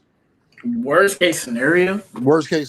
So if he stays in New Orleans and averages like 17 on the season, that's just bad. I don't give a damn what he averaged. I want to see him. You just want him to get away from be out that bad. Yeah, bro. Yeah, because they're always gonna revert back to the guy they gave the bag to. It doesn't matter how many coaches you change. Once you give the guy the bag, he's got the bag. Unless you're gonna put him on a trading block, which they're not gonna do. So no, I don't want to see Zoe stay down here. I don't like the way Stan Van Gundy runs his offense. He's not conducive to Zoe. I'm not looking at Zoe's numbers. Zoe's success is not predicated upon numbers because I think he's shown us that when he's dialed in, he can get the numbers that he needs to be a Hall of Famer. Jason Kidd is a Hall of Famer, bro. None of us can argue this point. He's not the greatest scorer in the history of the game, but he's one of the greatest floor generals in the history of the game. I want to see Zoe go to a contender and be a key piece. I'm not talking about a role player. I'm talking about one of a big three that is the floor general for a championship team. I don't want to see him down there in New Orleans in the playoffs. So with the Clippers, do you think he would be the third option? He gotta be. He would have to be. It ain't Zubats. he would have to be. It would be Kawhi, Paul George, and Zoe. And that defensive backcourt would be monstrous, man. Like that would be a beauty to watch. I think he could, like, as a free agent, bro. I think Lonzo, and I think LeBron really likes Lonzo. And I think LeBron would have a lot more respect for the Lonzo now that was there. Like, I think LeBron saw talent and potential in Zoe, but it was like, nah, like you're just not ready yet. If in free agency with him being in clutch, Lonzo heads up Rich Paul, and he's like, yo, I just wish I never got traded. I just wish I was just with you guys, with the Lakers right now. And I'm willing to take a pay cut to be back with Braun, playing with AD. For some reason, I think he's more likely to do that than he is to join the motherfucking Charlotte Hornets, bro. Well, I've been talking about him going back to the Lakers, but people tell me I'm dreaming. So I'm like, man, watch, man. They're going to get rid of Schroeder at the end of the year. Gizzo. Watch. Like, bro, why like, no, he's no chance, bro. Like, Charlotte, bro, Lonzo. That would be beautiful, though. I'm telling you. I just can't see it, though. I just can't see it. They barely give Lamelo any love. You know what I mean? What are they going to do? Like, right. Nah, I don't want to see that either. Hell no. Like, bro, and you said, someone said, bro, what did someone say? You were talking about Chicago. You were like, oh, I don't think if they were to trade for Lonzo, that they'd be worrying about no Kobe White, bro. The Charlotte Hornets just drafted Melo Ball. He's living up to the hype and more, and they are scared to start him because of Devonte Graham and scary Terry Rozier, a Celtics reject, basically. We need Tebe. We really need that kid. We really need that kid. So absolutely, DKM, your point is well taken. When I saw that crazy-ass press conference last night with James Borrego about to cry because Devonte Graham has a growing strain. So, yeah, it can happen. It can happen with Kobe White. It can happen with anybody in the league that is a stat chucker and is trying to score as many buckets as they can. As somebody just said, though, the game is resumed. Zion Williamson is at the free throw line. Like I said, his free throw looks a lot better than it did last year. Softer touch at the free throw line. Let's see if he's able to knock down the second one. He is, which last year would have been considered a minor miracle. What about the Kings? There was so many teams mentioned for Lonzo. The Kings with Luke Walton again. No chance. Tyrese Halliburton and Darren Fox is the backcourt of the future. That's true. Those two they were mentioned. And their problems, too. I can't front. Nah, the hell. I couldn't bet. Bro, okay, so you're saying you'd rather he went to Sacramento or stayed in New Orleans? No, stay in New Orleans. Like, let's not. He ain't going back to Milwaukee, bro. How would things be? Stay in New Orleans. Right.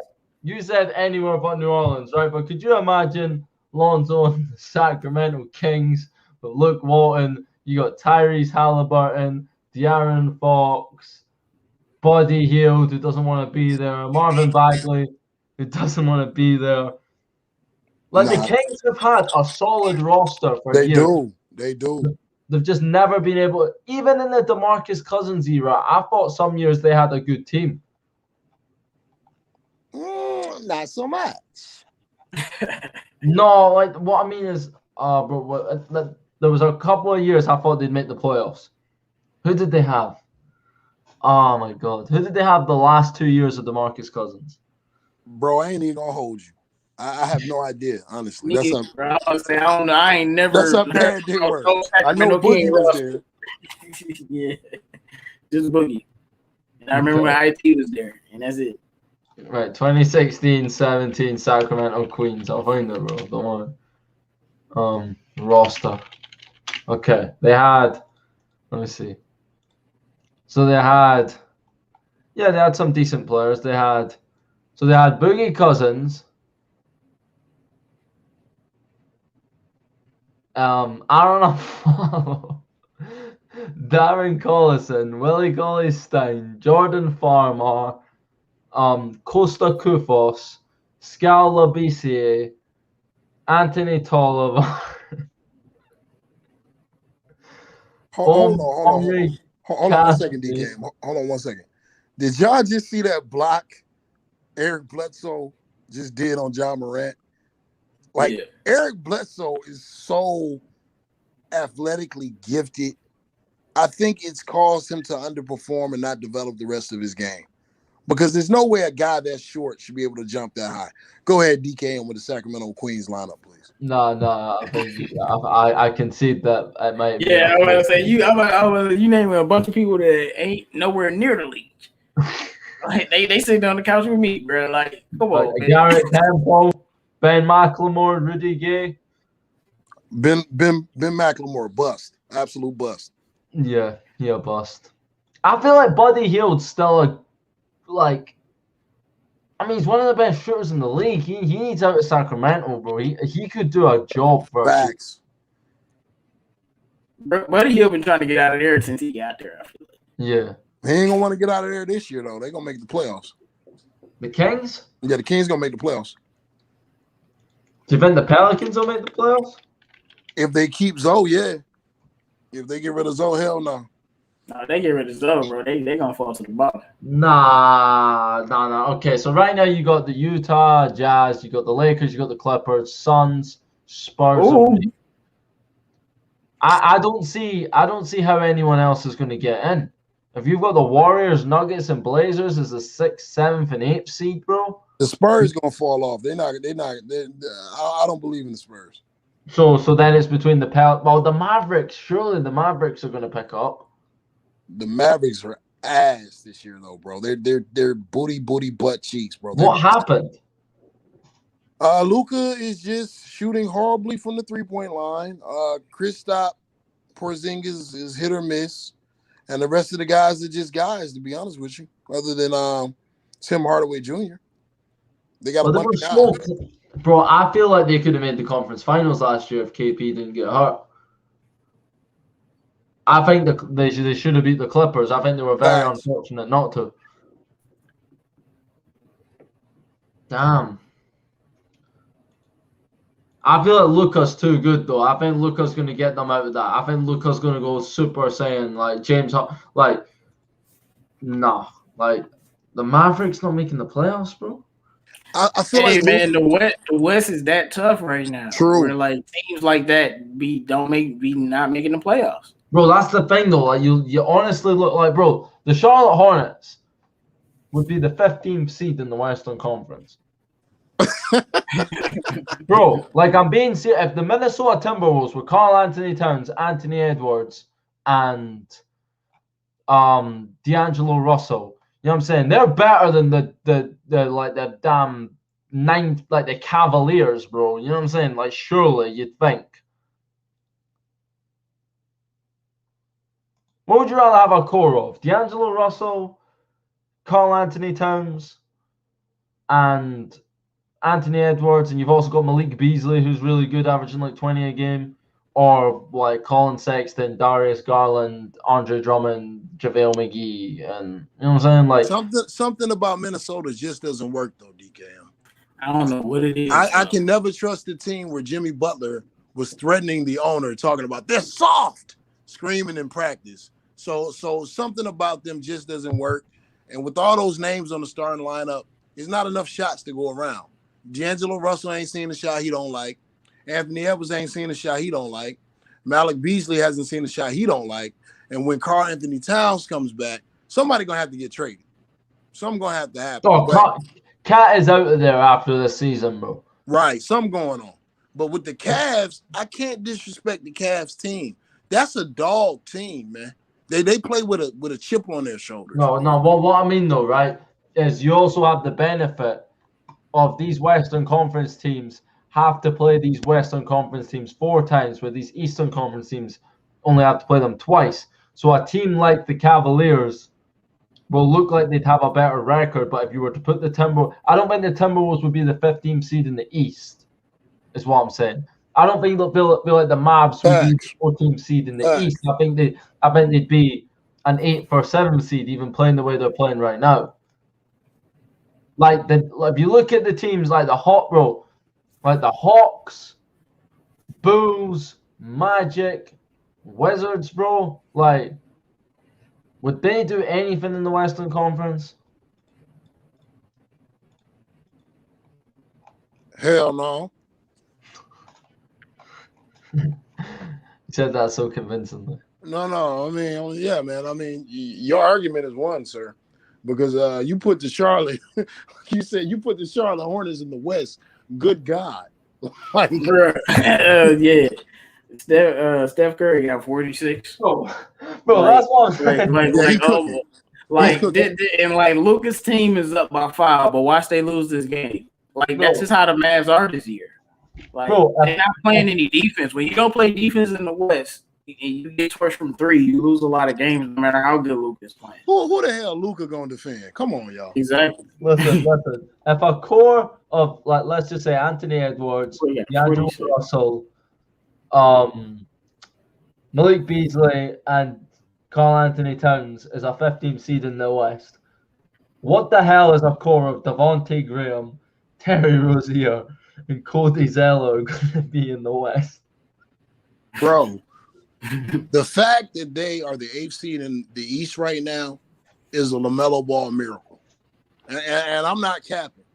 Like, it is a miracle that they beaten the teams that they've beaten this year in the East.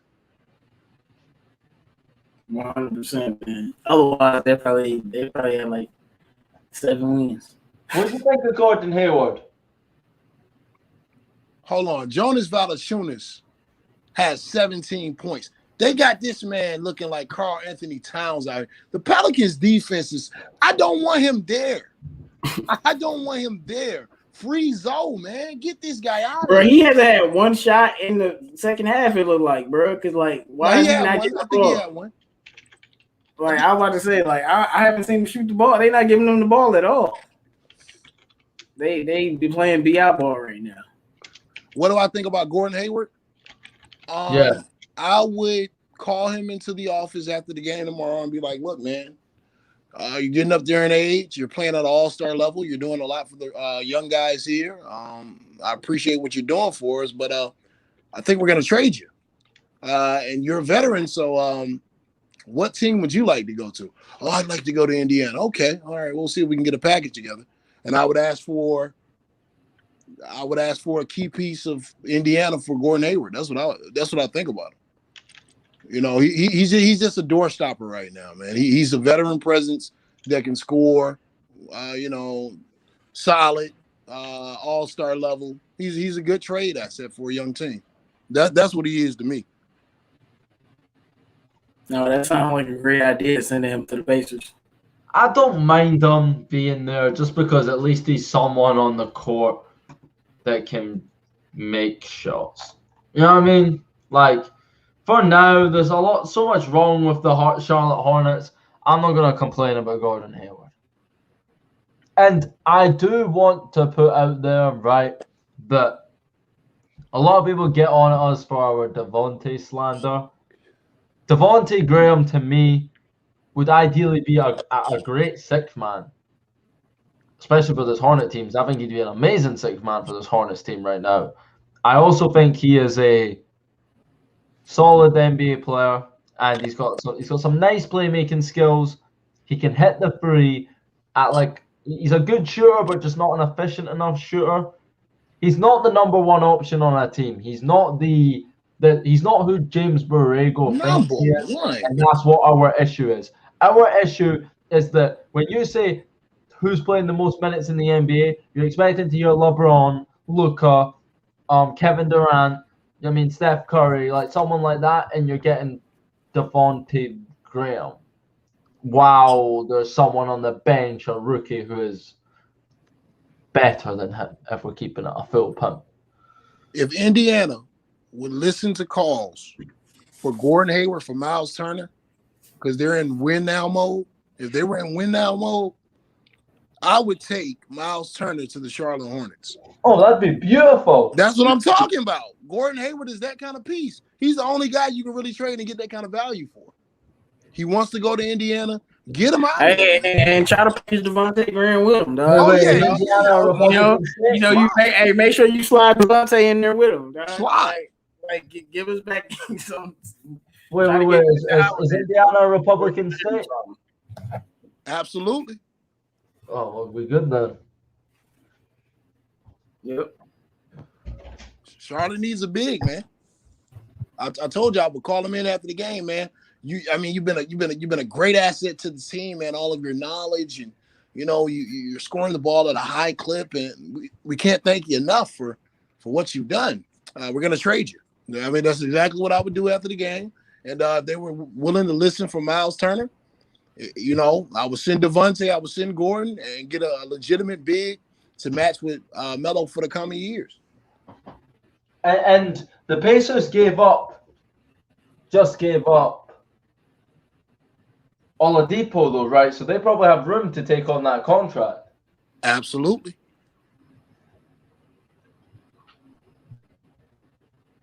If your Lakers need to stop playing with my Pistons, bro.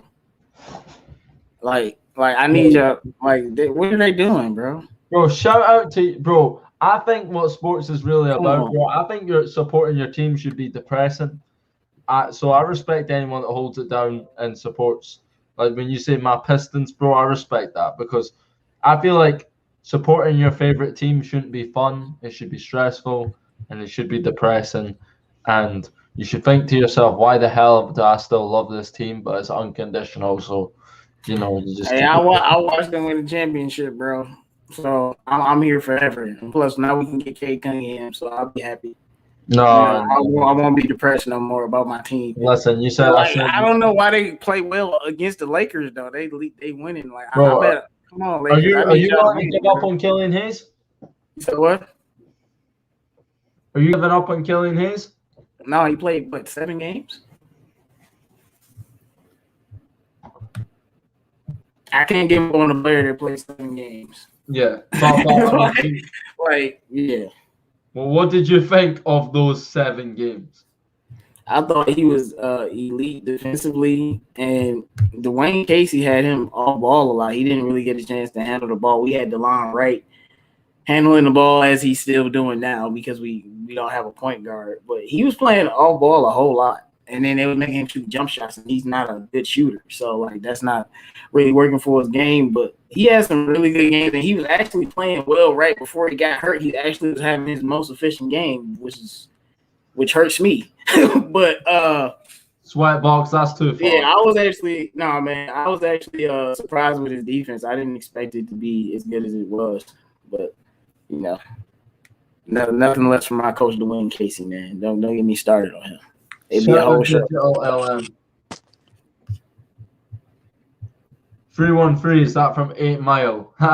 Is that from 8 Mile? 313 is Detroit area code. Part of 8 Mile. Wow. So. Bro, don't lie. 8 Mile made the 313 famous, though. No, it didn't. Oh, come on. If Detroit was relevant for Eminem. No, I'm not saying it wasn't famous. I'm talking about the 313 specifically. It's like, bro, I'm from Scotland. From Scotland, and I know what that is because I vividly remember the little rap battles. Everybody from the 313. Just because you was watching it, cool. But we've been talking about 313 since I was growing up before that movie even came out. So. Well, yeah, it's such an un-American thing to say, but outside of America, no one's going to know no area codes, but we all know what the 313 is, and, the majority of the world is out with America, so, You know what I'm saying? It's like a lot of people don't know what 313 means, and people, I'm talking about people from Georgia, Texas. They be like, 3113. Like, yeah, all right, what's up, bro? I'm like, bro, it's funny, man. No, Where would you say the best place in America is to visit?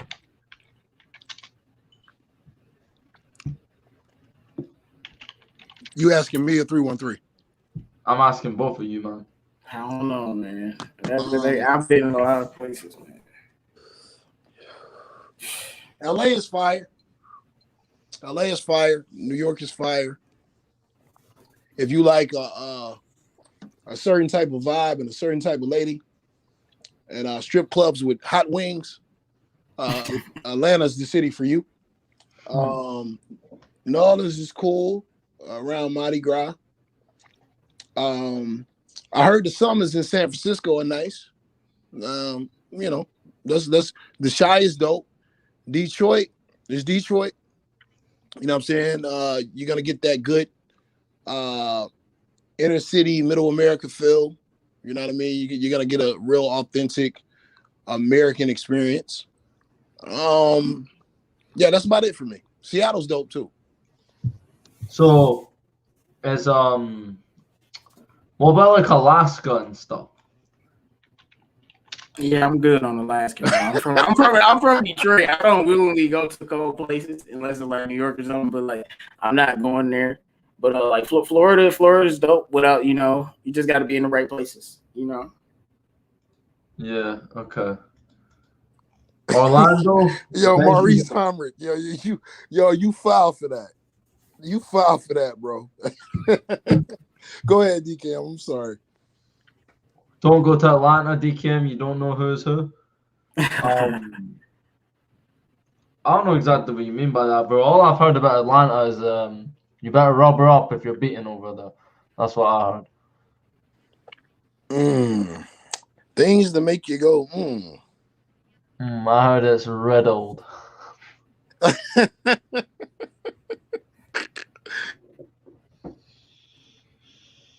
My stream is freezing up for the Pelicans game, so I might be lagging a little bit. Yeah, low-key, my stream went slow as soon as you said that. Quick update on the game right now. They're showing Zion Williamson's forehead as we speak. No scores on the screen. Josh Hart is at the free throw line. Valanciunas is looking like Cat. And the Grizzlies are winning. It is 81-80. Josh Hart just missed the free throw. John Morant is bringing the ball up the court. America's dirtiest player, Grayson Allen, is back on the court. They kick the ball to Grayson Allen.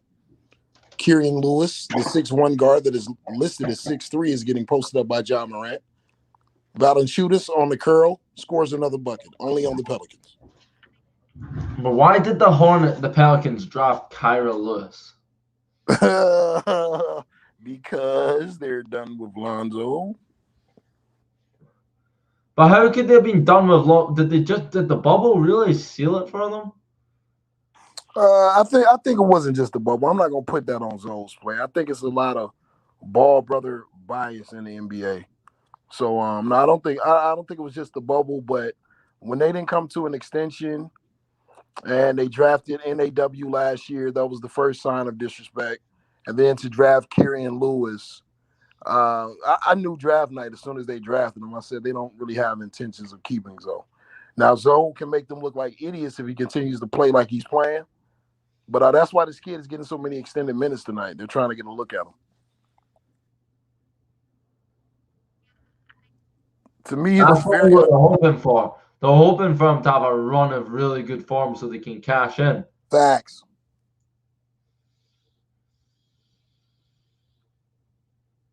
And Zion falls very awkward. Like, that was a very awkward fall. No, but the thing is, what I don't understand, though, is Zion clearly loves Lonzo. Right. Surely that's their guy, you know what I mean? The problem is you got to go where the money is, man. They pay Ingram. And Zion can be extended through his rookie deal. So he's got more years there. You know what I'm saying? Once you pay that money to Ingram, there's no way you're going to be able to pay Zoe, Ingram, and Zion in a small market like New Orleans. And that's why AD got the hell up out of there. Nobody wants to talk about it, but there's only so much money New Orleans is willing to spend, man. So why don't they just give Lonzo like Zion's like still got like another 3 years. Right. So why not?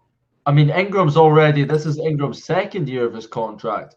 So won't by the time Zion's able to sign like a max, wouldn't Ingram be at the end of his contract? I would imagine he would be. He would. He signed the max this summer though, didn't they? Yeah, it was this summer. It was this summer. They were stupid, weren't they? They didn't extend them when they could have. Yep. Yeah. They fumbled the writing bag is on the wall. They fumbled the bag with that. If you're New Orleans, bro, you have to take that gamble. You could have got him at a discount, probably like a 4-year, like $20 million a year type thing, instead of paying him like, what did they give him? The Supermax or the max? Man. So did y'all people just what happened to Lonzo? What happened? Like he went out of the game or something? I mean, I didn't see it. I've been watching the game, but like I told you, it froze up. No, somebody said he like went out of the game and like disappeared or something. Man, I ain't seen him on the bench, and that's why I was asking if he was hurt or something. And he ain't on the court right now, so I don't. It might be those COVID protocols where after you come out the game, some of the players have to sit like behind the backboard, and maybe we can't see him. Because when I was watching the game, the screen froze and he was on the court, and when it came back on, I don't see him anymore. Okay, so we'll see. I was about to be like, I hope he's not hurt. No, I hope that too, but it ain't gonna matter. SVG ain't calling plays for him. Like he was just out there, bro, watching BI play.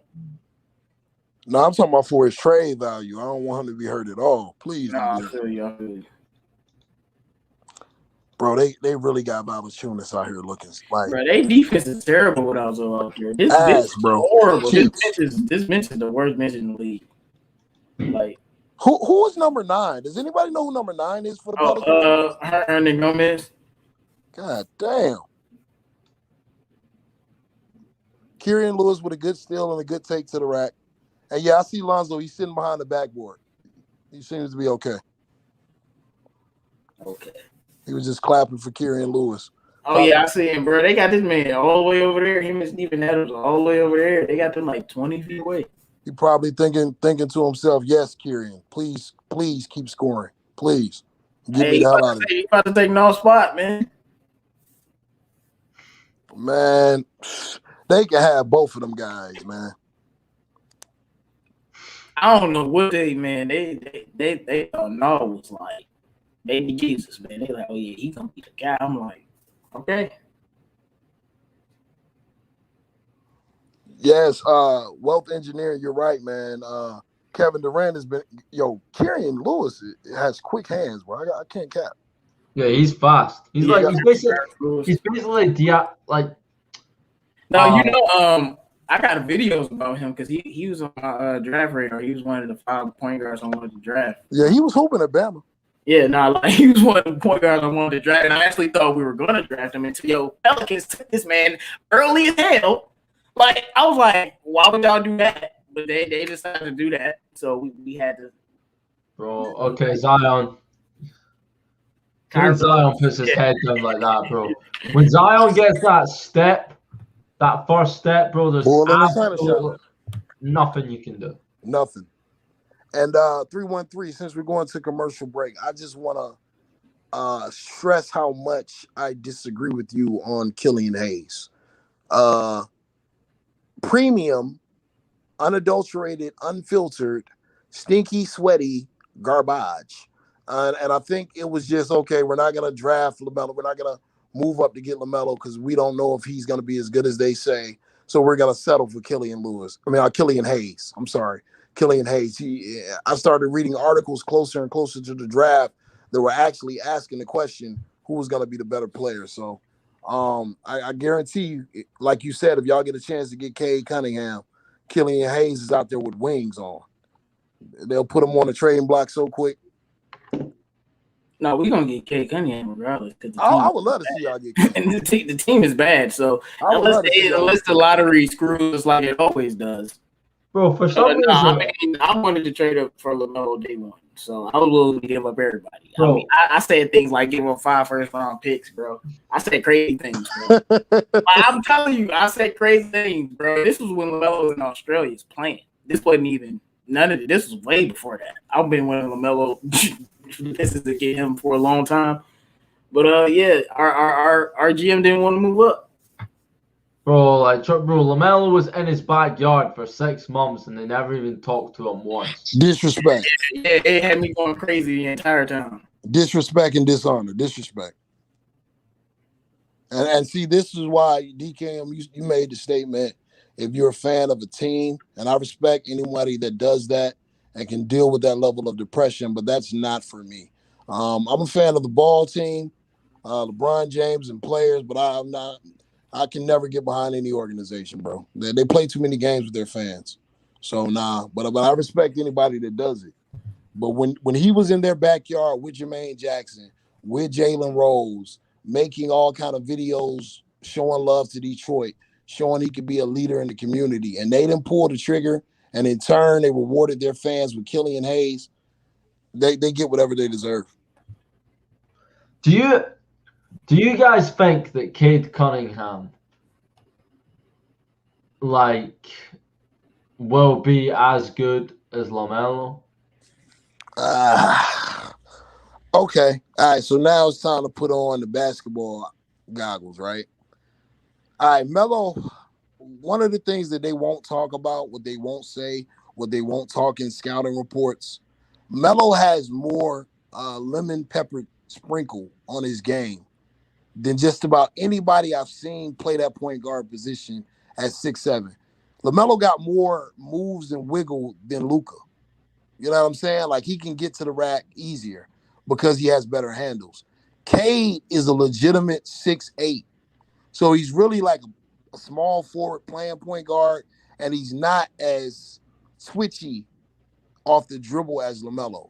So unless he comes in shooting at a high clip, then I don't think he's going to have the impact that LaMelo has. He's definitely not the passer that LaMelo is. He's a good passer, but passers like that only come around in a generation. So to answer your question, no, but I can see him being solid, and if he gets in the right situation, whatever organization he goes to is going to give him the keys game one. So I think he's going to be a good NBA player. Yeah, I definitely think he's going to be special. I think Cade, real quick, him and Melo are just different kinds of players. Like Cade is like Rev was talking about his twitchiness and his lemon sprinkle with Melo. Cade is just a smooth scorer. Like, that's just how he scores on the inside. Like, it's just smooth.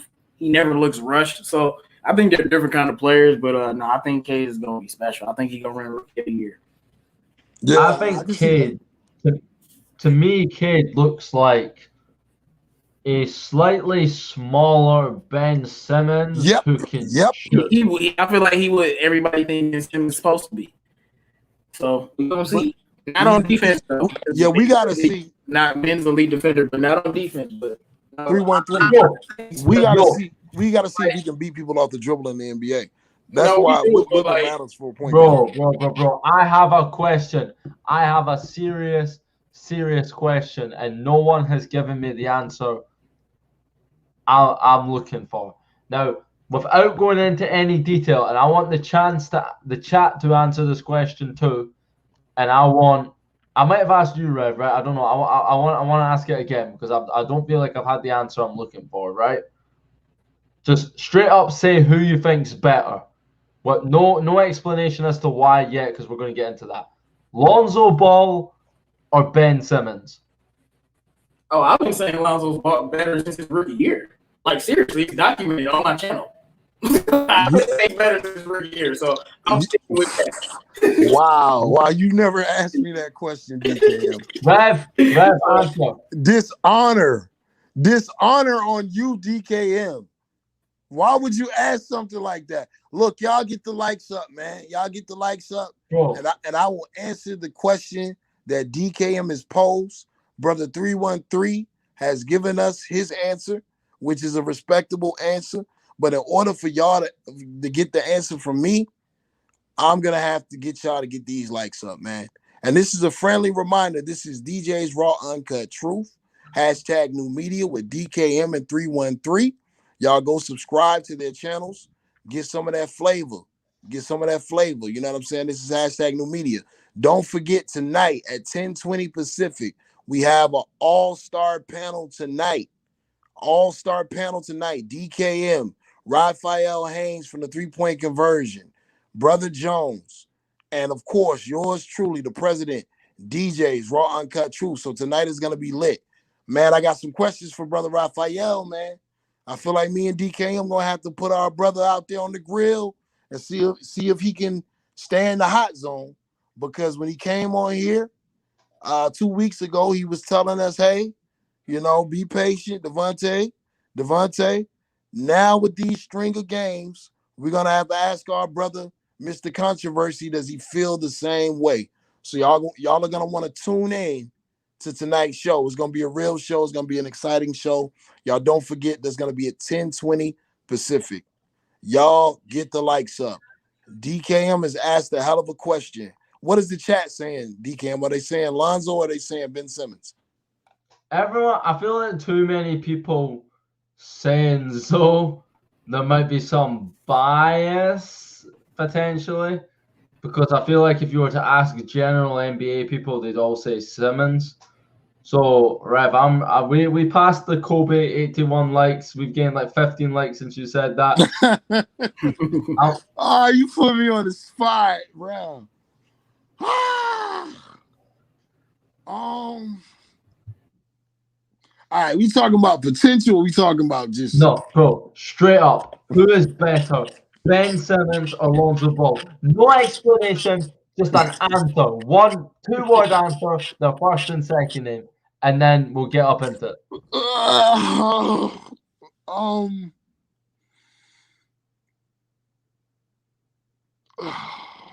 Man, Ben Simmons, man.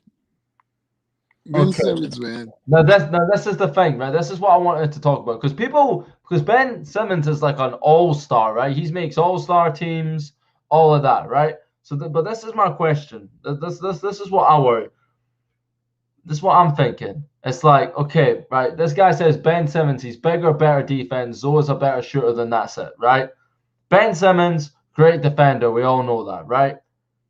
Lonzo Ball, I believe, is like Ben Simmons, the best guard defender, perimeter defender at his position, right? In terms of playmaking, Ben Simmons has better half-court offense. I get that. And he's slightly better, I think, at the playmaking and all of that just because he's taller, he's stronger. But does Ben Simmons' inability to even take or attempt a three, is that enough for Lonzo? Because all the things Ben Simmons does really well, Lonzo does really well too. Defense, playmaking, passing, and all of that stuff. They both average basically the same stat. They both average the same stats. But Lonzo's an exponentially better shooter. And I was wondering that is that enough to make up for Ben being slightly better in all these other categories, with just how much better Zoe is a shooter? Hold on, 313. Hold on, 313, because he set me up. DKM set me up. I'm about to tell you why I said something better. Go ahead. He set me up, 313. He set me up. The chat, this was a hit job. This was a hit piece. Blame DKM. If we're talking about potential, and if Lonzo continues to play consistently, Lonzo's a better player. And I'm not saying that because anything I'm reading in the chat, because I'm not reading the chat. But DKM just put a lot of hot sauce on that chicken, and it's hard to digest. All right. Ben Simmons, the reason why I say he's better right now, because Ben Simmons is comfortable with who he is. And he's more consistent right now. You know what I'm saying? He's just more consistent. But Lonzo, to me, I'm not really blown away by Ben Simmons the way people are. You know what I mean? Like, I'm not really even blown away with the playmaking because he's so big that it's hard for him to free up from guards. That's why he's playing so much in the post now. because he's trying to take advantage of the mismatch that he does have, which is his size. So when Lonzo figures it out on a team that lets him do him, then I think Lonzo's the better player. But right now, up until this point in their careers, unfortunately, I have to go with Ben Simmons. Okay, right, but this is the thing. This is what I wanted to point out. When you actually dive deep into it, it's like, yes, I would also say Ben Simmons right now is the better player, right? Just in terms of he's more consistent and you know what you're going to get from Ben Simmons on a night-in, night-out basis. But the thing is, it's like, is the gap significant enough for you got some people talking about Ben Simmons being the future of the NBA, LeBron James 2.0 if he gets a jump shot, and these same people or similar people will also say that Lonzo's going to be out the league soon. You know what I mean? Because you hear that. You hear people saying stuff like Lonzo, the way he's going to be out the NBA and stuff, where you got Ben Simmons who, you know, and bro, someone said Ben Simmons is shooting 50% from three this season. Cut it out, bro. I guarantee you, bro. Ben Simmons, 1 for 2. Bro, Ben Simmons has most likely, I checked one time, in like 237 games, he's attempted like 10 3-pointers or something. And most of them are like 3-point, like half-court shots. You know what I mean, bro? Like, y'all really be disrespecting LeBron James, bro. Ben Simmons is not LeBron James, bro. Like we're not with a jump shot, with a 3-point shot, he's not LeBron James. They're not the same player. And just because he's a big body that runs the point doesn't mean he's LeBron. He's not as athletic as LeBron. You know what I'm saying? He's a good passer, but he's not LeBron James level passing. Like LeBron has been doing this a long time. Let's put some spec on his name. When LeBron needs to be a scorer, he's a scorer. When he's a facilitator, he needs to be a facilitator. And Ben Simmons is way away from that. Way away from that. As far as that 3-point question you asked, DKM, yeah, Zoe's ability to shoot the three, you know, it does either put him right now almost even with Ben Simmons, and if he continues doing this, shit, I mean, I don't mean to curse, but yeah, there's no question that he's better. Curry dancing, bro. So this game's close, and the Mavs are up 4 with 40 seconds to go. And they've turned the ball over. The only reason I said Zoe, like I said, way back Zoe rookie year, is just because I feel like he can do everything Ben Simmons can do, and he can shoot the ball. Like, he's just like you're talking about the defense. I do think he's a better passer than Simmons, even though the stats won't tell you that because the team was built around Simmons. But when you can play elite defense, have elite playmaking, being able to shoot the ball, like Ben Simmons' ability to not be able to shoot the ball literally is keeping his team from winning. Like it's that level, and then he refuses to work on his game. If you don't think Lonzo's better now, he will be eventually. I understand Simmons was an all-star, so if you think Simmons is better, more power to you. But Zoe can do all that and shoot the basketball. I also think if you put, like, I'd be really interested in seeing Lonzo in a situation like in Philadelphia. Like, if you put Zoe in Philadelphia, bro, like. No, I mean, I think they would be way more successful. Like if it was Jimmy Butler, Zoe, and JJ Redick and Joel Embiid, they would have been more successful. Yeah, I'm not talking about like bubble Zoe and like that Zoe you see, but when Lonzo's on his game, because that player, that UCLA Zoe, it is in Lonzo somewhere. Like, it's just he's not at the NBA level being able to maintain that level of play on a consistent basis. But if you're just talking about how good he actually is at basketball, you judge a player on how good they are at their best, in my opinion. The consistency is obviously huge. And if at some point, if you're like 10 years into their career and they've not learned how to figure it out consistently, then so be it. But with a young player, I like to judge them for who they are at their best and not who they are at their worst. And if you were to take like the 7-game stretch of Lonzo last season, towards the end of last season, prior to the bubble, when he was averaging like 29 and 8 for like 2 months or something, or however long it was he was putting up them numbers, and you compare like that to like Ben Simmons at his best, I think you have a serious conversation. And to Maurice, Hamrick, you said I don't know nothing about basketball, bro. I would. Okay, let me read what you said. This is your reason for me not knowing basketball. I can just tell, like, you're casual. Definitely, I can tell you're learning. It's here and there. Some things that seem obvious to me, bro. I've never claimed to be no basketball genius, bro. You know what I'm saying? I'm just like a fan who speaks my truth based on what I see. Maybe you're in your 30s. Maybe you're older. You've watched a lot more basketball than me, bro. It's somewhat hard being from the UK, staying up till 4 a.m. right now watching these games. So, you know what I'm saying? I feel like I'm picking up pretty quick. I never claim to be, people take what I say for Bible, bro. So if you feel that way, it's respectable. Boy, Maurice, you really be going at my guy DKM, man. What the fuck? What's going on? I think that was a good analogy when it came to the Zoe and the Ben Simmons situation. It was a good, it was a good argument. It pretty much destroyed mine, so I'm taking it. Shout out to Sweat Boxing, man, with the comment of the night. He says, Ben Simmons is Lamar Odom without talent. Ooh. Oh, man. You ain't far off. You're not far off. Ben Simmons is a better passer than Lamar ever was, but other than that, Lamar Odom, he was a bucket at one point in time. I don't think people realize how good Lamar Odom really used to be, though. Like, when I used to watch, because Kobe's my favorite player, when I used to watch the Lakers, that dude, you say he was a bucket. Yeah, that boy was a bucket. Like, Lamar, I used to think Lamar Odom was very, very good before he fell off, man. I was like, yo, that dude nice. So, bro, why is Valanciunas out here shooting reverse layup sky hooks? He has 23 points, 9 of 11 from the field. Stan Van Gundy, bro, for you to be a defensive coach, you should be fired. Like, this is horrible. This is ridiculous, bro. Like, Memphis is struggling, man. And they really letting this team compete with them. All right, Bledsoe with the 3. When is the last time Lonzo took a shot? Bro, he hasn't. Like, he took one shot, I think, when he got out there. But that's it. Like, he been froze out ever since he was balling.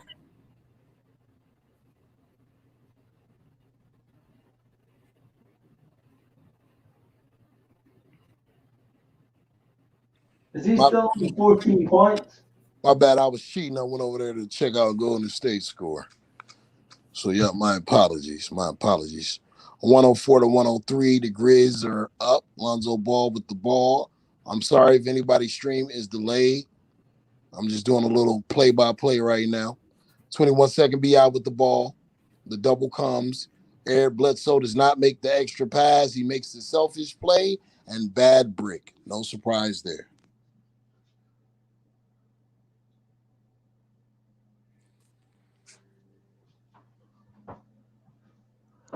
Second BI with the rebound. Let's see how long he holds on to the ball. Listen, bro, Maurice, bro, I change my tune when it comes to Lonzo a lot. Sometimes I feel like, damn, this guy has star potential. Sometimes I'm like, damn, it's a role player. And I feel we all feel like that with Zoe, because it's just like, you don't know what you're going to get from him. But what we can all agree on, from even Lonzo's biggest doubters, is like there is a star player in there somewhere. It's like he has the talent to be that. It's just, how badly does he want it, and will he go the extra mile to reach it? Where, like with Lamelo, for instance, it's like you don't need to worry about what situation he's in, what coach he's got. He's gonna, like, whatever cards he's dealt, he's gonna, you know what I'm saying, make the most of it, because that's who he is. That's how good he is. Lonzo, it seems a little bit more circumstantial, and if he is going to reach that level, he needs a coach or someone like that who is going to, like, lob it up to him and make it happen, because you wonder if Lonzo can make it happen and take the jump by himself, if that makes sense. I mean, you wonder. I don't. I think he is going to be a star. I just think LaMelo's just better, and people got to get over that. I think he is going to be a star. I just feel like NBA players take 3 to 5 years to develop, and considering all his injuries, he's still in the developmental process. So 313. What did you just say? What? Rewind? You said what now about LaMelo and Lonzo? I think LaMelo's just going to be a better player than Zone. People got to get over that. They got to get over that. What? Yo, if 313 is saying this, no, I've been wanting the Pistons to draft this guy. Why do you think I've been so crazy about? I've always said that. Bro. Man, you have my respect. Everybody in the chat. He's just a better scorer, man. I want to see flowers in the chat for 313. He's a real. Like I was saying, bro. I judge basketball. I don't be biased. The man had 34 and 8, bro. Nobody's ever done that before. It's like this is not even about Lonzo no more. Wow. He's just different. But Yeah. Real rap. Let me say this real quick, bro. Like I really do respect that, bro. Like I really do respect that because, it's hard for people to support someone and be objective. You know what I'm saying? And that's a very objective statement that you're making. I will say this though, with that statement. I will say this. I can see Lonzo ending up with more championships because Lonzo is more of a system guy. LaMelo, even though I think he's going to be he can go down as all-time great. That doesn't mean he can't win championships. But, man, I can just see Zoe ending up in like a Spurs situation and just being one of those guys. You know what I'm talking about? Yeah, no, I think he will. With this contract, he will end up in that type of situation. But like I said, look, players, man, you just got to be patient with some of these players. They just develop at a different rate. But, we live in a microwave for everything. Things have changed. So people don't have no type of patience. So, I remember when people were telling me about B.I., and I was telling people B.I. was going to be special, and they some things about B.I. were said before he got really good in New Orleans. So, you just got to be patient with some of these players. And the thing with me is, those shows me that he works hard, and then he goes on the court, and what he works on, he can actually do. And that's like shooting his mid-range jumper and things like that. Yeah, I'm going to start to believe. He just got to get, like DK said, get with the right coach. But not even the right coach, just a coach that know what he is. I don't know why these coaches don't want to use. Your team is better if you use your point guard like a point guard. It's not rocket science. But, some people don't get that. Yo, Stu, right? I want to respond to this. So he says people who know how Zoe plays don't trip off of his stats because he impacts the game outside of stats. DKM, you care about stats. That's my problem with you. No. I want to make something clear, right? Lonzo Ball, and I've said this in so many different videos, impacts the game beyond the box score. He is a basketball genius in a sense, and you saw it a lot when he played with LeBron. There was moments when he'd play with LeBron that you saw that them two were just on a page that no one else on the court was on, and they were just playing their own game when it came to fast breaks, little 1-2s, giving it back up, lobbing it, passing it to each other. And obviously what Lonzo does on the defensive end, bro, there's nothing to talk about. I say, bro, I feel like I was one of the first people to say that not only is he an all-NBA defender, he is the best point guard defender in the NBA, right? So I know what Lonzo does beyond the stat sheet, right? And he just makes everyone better by his presence, his selfishness. When I talk about the stats, it's not about me caring about the stats.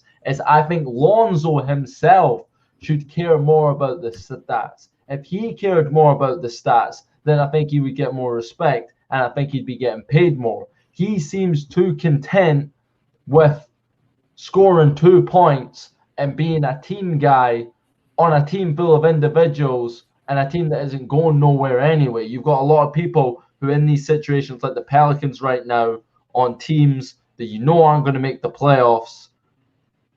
It's you got to go get yours. You got to take care of yourself because the team ain't going anywhere anyway. What's the point in getting W's? And when you say your last video said basically what happened to Zoe, bro, my last video was literally praising Zoe and talking about how well he's been playing. I don't know when the last DKM video you watched. It might have been when he was playing real bad a few weeks ago. And like I said, I switched my tune up with Zoe a bit because I see a different Zoe every couple of weeks. Man, the Zoes be going hard. DKM be going in on his Zoe takes, man. When Zoe plays, we'll just switch it up, man. It's all good, man. You'll struggle with that, man, but Zoe's gonna be a special player, man. His brother is just a different guy, man. Stop comparing him to his brother and let them play together. Oh my God. Hey, I'm just being real about it, bro. I'm being real about it, dog. Bro. He was killing Zoe just a couple I'm weeks not ago. even killing them. I'm not even touching what you're saying, 313. I'm not going to touch that. No, I was just saying, bro, he was killing Zoe a couple weeks ago, and I was commenting on the channel like, bro, chill out, let Zoe get his legs under him. And what happened 2 weeks later? Exactly what I said. Bro, you talk about DKM switching it up, Lonzo switching it up. 1 minute he plays like an all-star. That's true, man. That's true. Like, you know what I'm saying? Like he doesn't even want to. You got to give players time.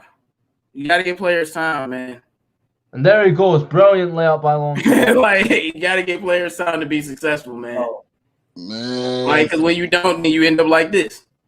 Nah, in fairness to DKM, man. In fairness, like, the brother has had time. We can't act like he hasn't had time. But he might. No, he can criticize him all he wants for not playing well. But when people say you were just criticizing him this day and then you come out the next week praising him, they can say, well, yo, you were just criticizing the hell out of my man. That's all I'm saying. If you want to be critical of him for not playing well, okay. I mean, he's not a perfect player. You criticize people when they don't play well, but hey, man, some of your videos be going crazy, man. Oh my God! Like some of the stuff you done said, man. No, I mean, I think. Look. Hold on 1 second, y'all. I think really, it's just a level of objectivity, man. Like Lonzo has up until this point, man. We gotta be able to admit it. I'm not saying there weren't existential circumstances that caused things to go bad, but he's had an up and down career up until this point, man. We just come on, man. You got to be able to say that, and no one should be stoned or burned at the stake for saying what's obvious.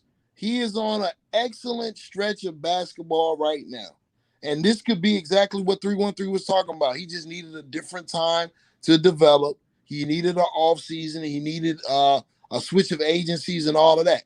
All of it can be true.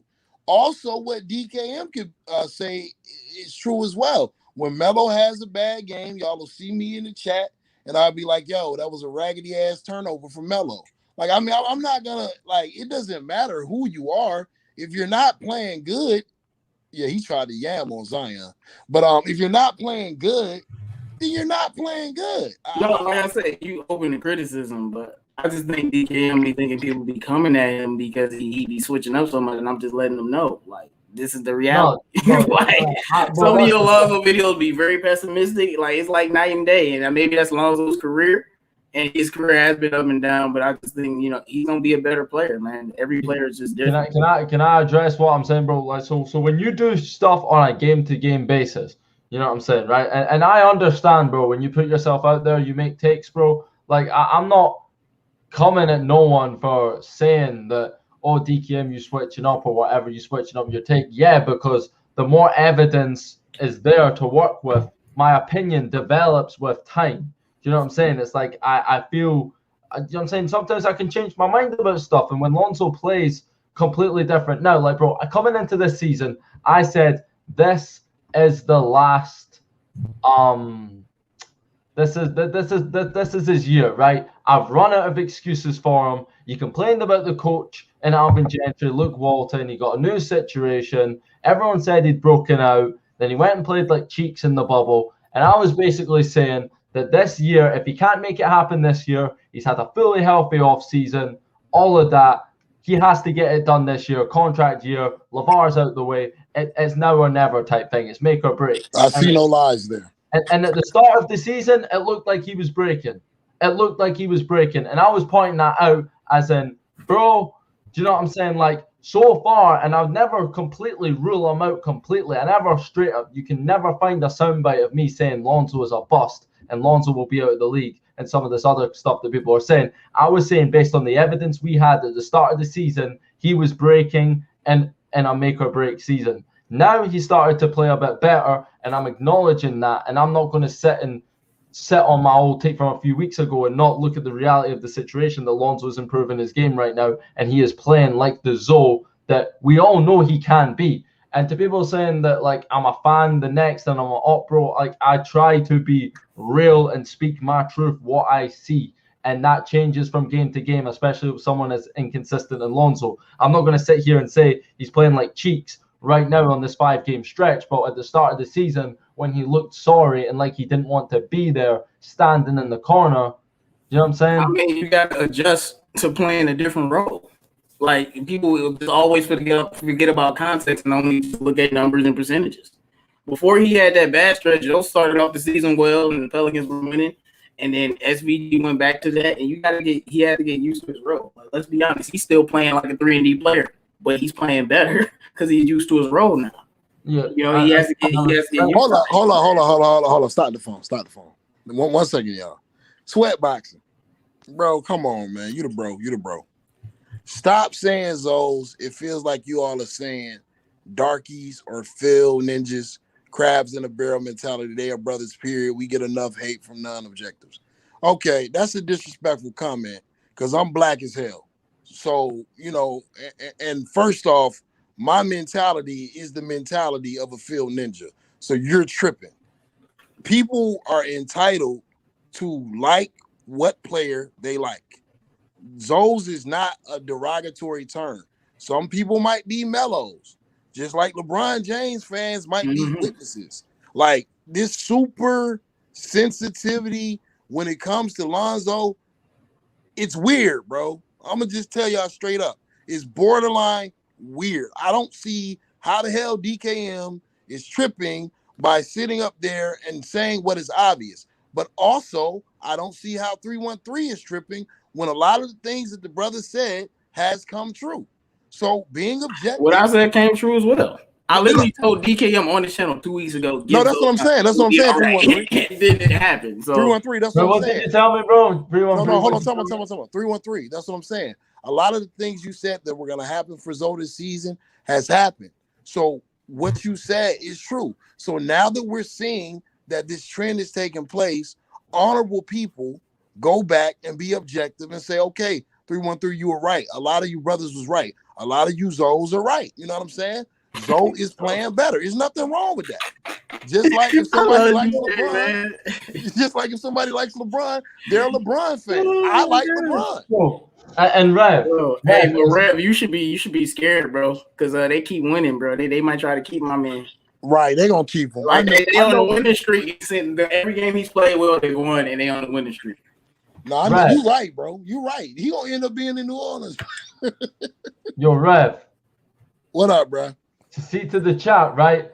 And I feel like the chat, right, would have some of the points they're trying to make would be more valid if me and you were sitting here trying to say like we were right about Lonzo all along. I'm not sitting here and saying I told you when I make these videos and one day I'm depressed talking about Lonzo and the next day I'm really excited. It's because I'm genuinely rooting for him and I'm happy to see him do better, and that's where the excitement's coming from. It's not like I'm sitting here pulling up receipts being like, yo, I said Lonzo was going to do this or that. No, I'm just talking about the game on a game-to-game basis. And there's people that will avoid certain topics when it isn't ideal, when it doesn't fit the narrative that they're going to push. When I'm doing this game-to-game, bro, if Lonzo has 5 games where he's playing bad, it's like, damn, he ain't playing too good right now. And as for the thumbnails and titles, bro, people got to understand that this is YouTube, bro. Like, the content that is said in the video can sometimes be somewhat different to the title. The title is always going to be sensationalized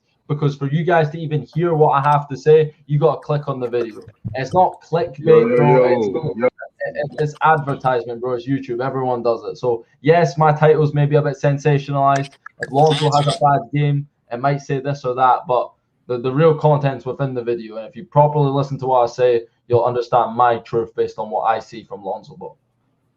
DK, man, I'll tell you don't have to worry about nothing, man. Lonzo done put you through a lot of stress. He done put me through a lot of stress. I get it. But I was just letting you know how them other people, they be coming at you. You gotta just ignore them. Just gotta ignore them, man. But he's playing well. Now let's just hope that that continues. And, no, bro, because I don't want to ignore them, though. League, man. Because I feel like it's not, bro. Like, it's not personal, bro. You know what I'm saying? None of this is personal, bro. Like, I'm not taking like offense to none of this. I'm responding and acknowledging it because to some extent there are people that are right. You know what I'm saying? I might have said, bro, what do you mean? I'm not sensitive, bro. Like, this is me just explaining, like, bro. You know what I'm saying? Like, I can leave it if you want, but I'm owning up to my shit. You know what I'm saying? Like, I'm not saying I'm the prophet when it comes to Lonzo, and I've been the biggest supporter and rode through him through thick and thin, like some of these other guys have, like 313 has. We've been as critical as anyone on Lonzo on the channel. Rev has, DJ has, I have. You know what I'm saying? And we are happy to be wrong when he proves us wrong, is what we're trying to say. And don't get it twisted. Hold on, y'all. Hold on, DJ's on. DJ's on. Yeah, I'm on break real quick, but man, let me address this before I go back. For those who are mad about the nickname Zoes, come on now. Pitting one brother against that's not what is happening. Y'all know what it is when your favorite player and someone says something different about him, you get in a tizzy and get mad about that. That's part of being a fan. It's normal science of fandom. So one thing we don't need to do on this channel, because we see a lot of shines doing it, is being sensitive and not letting other brothers have a voice. New media is anti-sensitivity. So nobody who is down with new media and down with the movement should be sensitive when you say Zoes. If you're a fan of Zoes, say it proudly. Yeah, we part of the Zoes. Facts. Stop tripping. Y'all can make that a big thing. But instead, some of y'all want to make it like it's this or that. 313 Bruce was Zoe better than anybody. He just went on today and said, yes, I believe LaMelo's better, but I don't think we should be too hard on Lonzo. And left it at that. Right. So, No, but I was about to say, DJ, man, you remember all the barbershop arguments we done had. I've been very critical of Zoe, but like, you know, this is new. You know, everybody don't know new media hashtag. I'm so happy you're growing out here. But yeah, I done stuck it through it. Like I said, Melo, bro, he just different, dog. Like they don't make him like Melo, you know. Like he's gonna be a better player, man. He's gonna be a superstar. I still think Zoe's gonna be an all-star. So that's just how it is, man. I would really like to make a point, man. I want to make sure where I stand on this is clear, because I'm not with the flip flopping or the wishy washing, and you know, I don't want to make anybody mad. But if you do get mad, you are a human being. You're entitled to your opinion. I'm entitled to mine. You're never gonna take that away from me. That's my right as a human being on this earth. With that being said, Rev doesn't have a channel. If you want to catch Rev, you're gonna catch him with new media. If it's not new media, if it's not DJ's Raw Uncut Truth, I'm not rocking with it. So with that being said, somebody asked that question, so that's why I'm responding that way.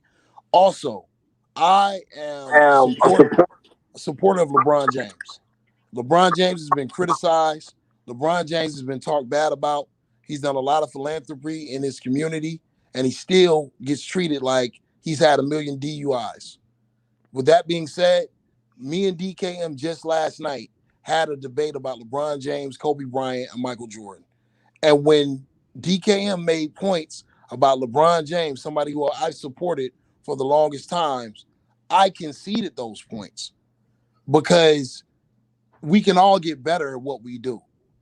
It won't be new media if we sit up here, and I say this all the time, and I mean this because this is very important. Do you know how easy it is for a person to exploit you or extort you by telling you what you want to hear? That's old media. DKM, DJ, 313, or whoever else can just get on here and tell you that the sky is always blue, there's never a cloud in the sky, and everything's going to be all right. If that's what it takes to get views and likes from you, that's what old media does. Republicans do it with their base. Fox. Democrats do it with their base. CNN. And what they do is they just run up the numbers with a bunch of content that isn't true. So all we're doing as brothers are sitting up here and having an objective conversation. Are there going to be some people that think Lonzo's better than Melo? Yes. Are there going to be people that think LaMelo is better than Lonzo? Yes. When their father put them into a competitive sport, for any of you who have played sports on any level, they probably think that they're better than one another. So when LaMelo says he's better than Lonzo, do y'all feel like he's being old media and talking bad about his brother? Or is he trying to be the greatest competitor that ever lived? Or is Lonzo trying to be the greatest competitor that ever lived? So no, we're not going to be censored. We're not going to not speak our minds. It's okay to disagree. It's fine to disagree, but to try to put somebody on the stake for being objective and call it flip-flopping because they have a different opinion. No, I mean, if you want to be exploited, go to a channel that's going to exploit you. Go to the media that's going to exploit you. And when Melo has a bad game and shoots 1 for 27, it wasn't LaMelo's fault. It was because he had a Carolina rubber band on his arm, and if the coach would have took it off, that's sucker stuff, bro.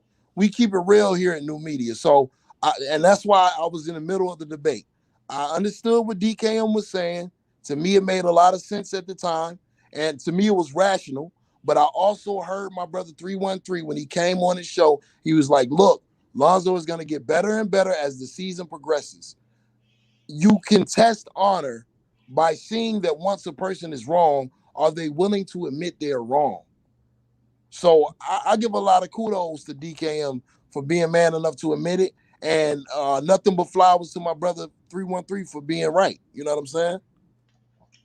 Bro, because the thing is as well, like with this being right, though, I just want these brothers to be the best player they can be. I just maybe I believed in him a little bit more just because like I don't know, man. My dad was a Marine. He taught me a lot of hard work. So when I watch people work hard and stuff, I take that a little bit more serious than maybe other people. And when I watched how hard he worked to change his jumper and in that offseason stuff, I'm like, it's gonna pan out. He just has to get used to himself, man. You know. Yo, Rev. What's up, brother? And this is the thing as well, bro, right? With the social media, right?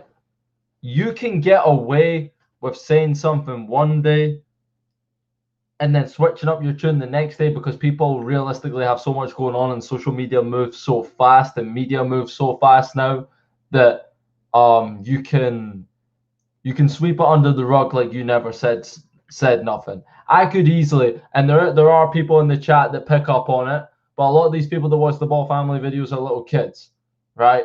So it's like it's easy to manipulate little kids and make excuses and say this and that about why their favorite player isn't doing this and they're going to buy into it fully, right? We could go down that same path. I could ignore, you know what I'm saying, realistically ignore the people in the chat that would call me out for, let's say, flip-flopping with Zoe.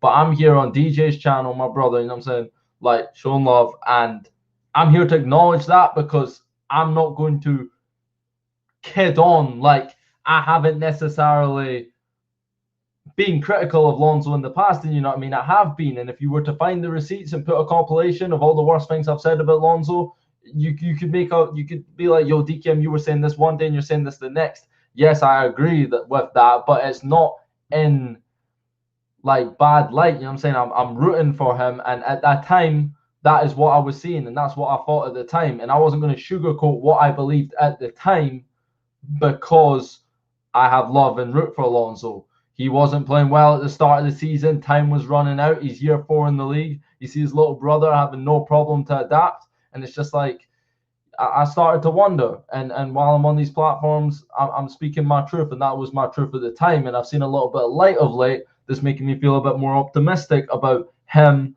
getting right and being the player we thought he would be in the draft. No one has ever denied Lonzo's talent and potential. Find the receipt of us saying that where we say, no, Lonzo's not got the talent to be an all-star. We all know that. It's about can he put it all together? And during this stretch, he's putting it together. And the thing is, he's up right now and people will be calling it out. But if he goes back in 5 to 10 games time and starts putting up 8 points per game, like shooting terrible from the field, bricking, looking disinterested, standing in the corner, we're going to call it how it is and be like, yo, you guys were just on at us last week talking about Lonzo this, Lonzo that. We're not going to make excuses. He's got to maintain that consistency that we saw from the month prior when he was playing really well. Facts. And run it back. Thank you for the support. I know we have a lot of debates a lot of times, but that's not what was said. We asked the question. Does Lonzo love the game? Just like me as a person that has supported LeBron since I was in high school, I've asked myself the question, does LeBron want to take the final shot? It's just being objective, man. It's just being objective. All we're doing is having an opinion. If Zoe goes out there and proves us wrong, then we got to say we're wrong. But we didn't even make a definitive statement. We were just asking the question. And for a while, it looked like he didn't. And maybe he didn't because he's in a terrible situation in New Orleans where they underutilize him. And maybe he's playing better now because he has the chance to get the hell out of New Orleans. You know, so it could be that. And maybe we're starting to see the true Lonzo Ball.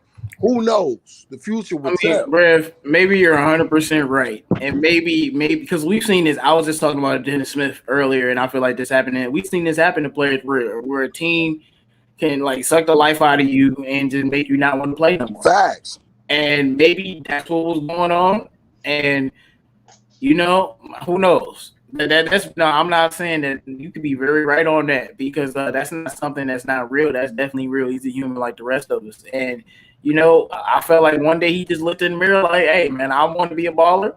You know, DKM said Big Perk called him out again. And, you know, he just been playing well. But to me, it's just he's making the shots. You know what I'm saying? Like, you got to make your shots, you know, as a point guard in this league, man, if you want to be effective. His swag is just so different right now. You know what I'm saying? He's walking with an aura of confidence. It's almost like he's walking around like the joke's on you to the Pelicans. You know what I'm saying? So, I mean, I want to see the brother go up. You know what I mean? I've been watching Lonzo since UCLA. I watched him a little bit at Chino Hills. You know what I mean? So I want to see the brother go up. To me, him and LaMelo have entirely two different games.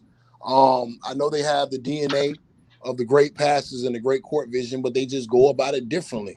There's nothing wrong with that. We should be able to say that. You know what I'm saying? We should be able to say that they're two different players and nobody should be burned at the stake. But, I mean, great debate. You know what I'm saying? And I'm glad that got cleared up, and I'm glad everybody in the chat got to voice their opinion.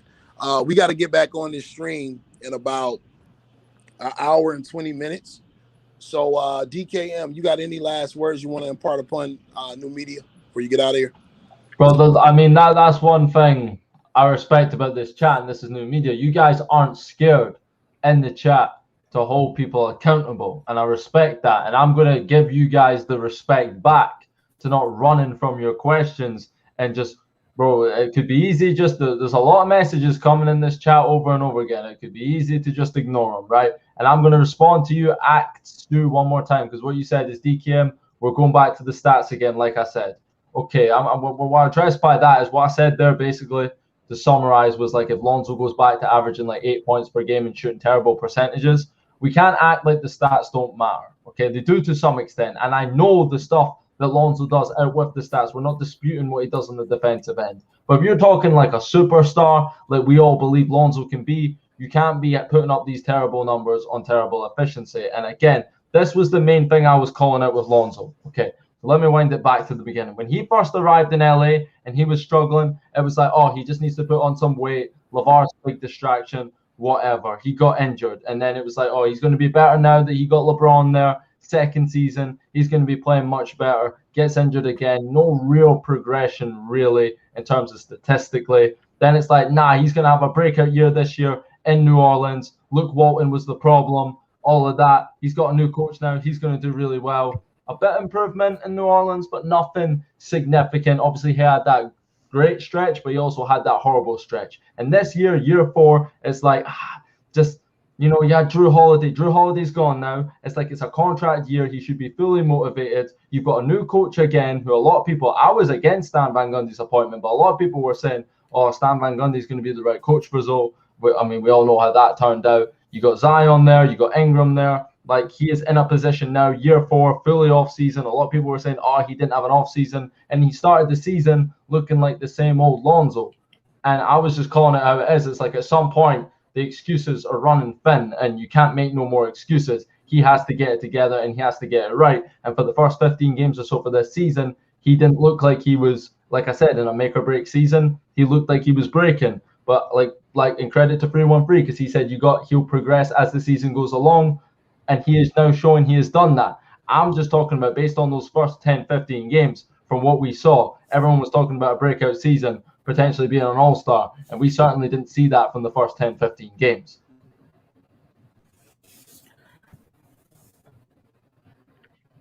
Rev?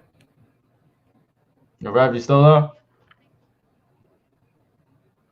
I don't know if he's still. Yeah, I'm still here. I saw DJ pop up, so I was trying to Okay. let DJ come on. I didn't know if he was trying to wrap up. But what were you saying, DK? What was your last question? I'm sorry, brother. I was basically addressing my guy in the chat. It's all love, nothing too deep.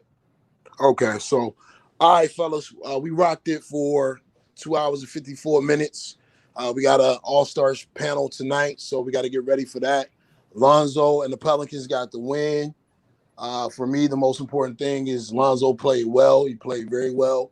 Played like a leader, played poised. Even when they tried to freeze him out, he still was making impact plays. So shout out to Zoe too. He is on a roll. I pray to God that he gets traded. If he doesn't, Lord have mercy. Mm-hmm. I think this cycle can start all the way over again. Did Lonzo only have 2 points in the second half? Yeah. I was watching the game. He wasn't getting a lot. No, he got froze out like something vicious in this game, And it seems like they were talking about that knee injury. Ever since he came back from that knee injury, he looking like what we expected, for him this season. Starboy said, "Did you see how he left after the game?" I didn't see that. Can you tell? I mean, I might go rewatch the league pass and try and find out what that is. Well, what did they do? Did he look mad? Was he happy? No, they froze him out something vicious. Like when you rewatch the game, you'll see Zoe asking for the ball, calling for the ball, and they were just like, "Yeah, you ain't getting the ball." Well, yeah, when you got someone that's gone when you got 14 points in the first half, and when you look at the percentages, you didn't exactly cool down. And Lonzo didn't cool down because you look at the numbers right now. He hit most of his shots. He was 4 of 6 from 3. How do you start the game off that well, and then in the second half you only end up with 2 more points? It's got to be a freeze out. So again, you know what I'm saying? He got a lot of obstacles that your average player wouldn't have to overcome, and we're not. Like Rev said, though, I saw him handle that freeze out probably better than I've ever seen Zoe handle a freeze out. To be honest, he was like, "All right, whatever, I'm gonna just keep playing." That to me that shows growth. Sadly, he's in a terrible situation. I'm with Rev. Free him, Lord, please. Please. Well, you're saying free him, but a minute ago you were. Well, you gotta keep the same energy. It would be a dream for him to stay with the Pelicans, but if he on the Warriors, I'm a happy Lonzo fan. It's our Steve Kerr probably salivating. He dang, we messed up with LaMelo, so we'll get Lonzo. Let's go. Bro. I gotta hold you. It can't be. Oh, I want him to stay in New Orleans, but then free Zoe at the same time, just because you'd make the exception for him to go to Golden State. Why can't it be like that? Free someone is it comes from a jail terminology. So it's get my guy the hell out of where he is. Free someone mean, bro. Bro, I want him to be in a better situation. But if it can work with Zion, that's something that can work as well. At the end of the day. All right. I'll let it slide. All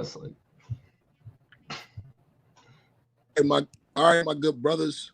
It was a great show, exciting show, great talking points. Everybody had an opinion. Everybody was heard.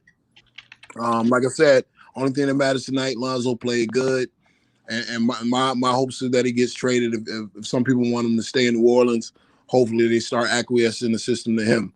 Remember, at 10:20 Pacific time, 1:20 Eastern time, if you're a real one, you support new media, stay up. We got an all-star panel tonight. We will be talking to Raphael Haynes, and the same questions that we've been posing that have been difficult questions tonight, we're going to ask our brothers some difficult questions tonight, and you're going to want to tune in to DJ's Raw Uncut Truth, always giving you the truth that you deservedly need. #new media. We out of here.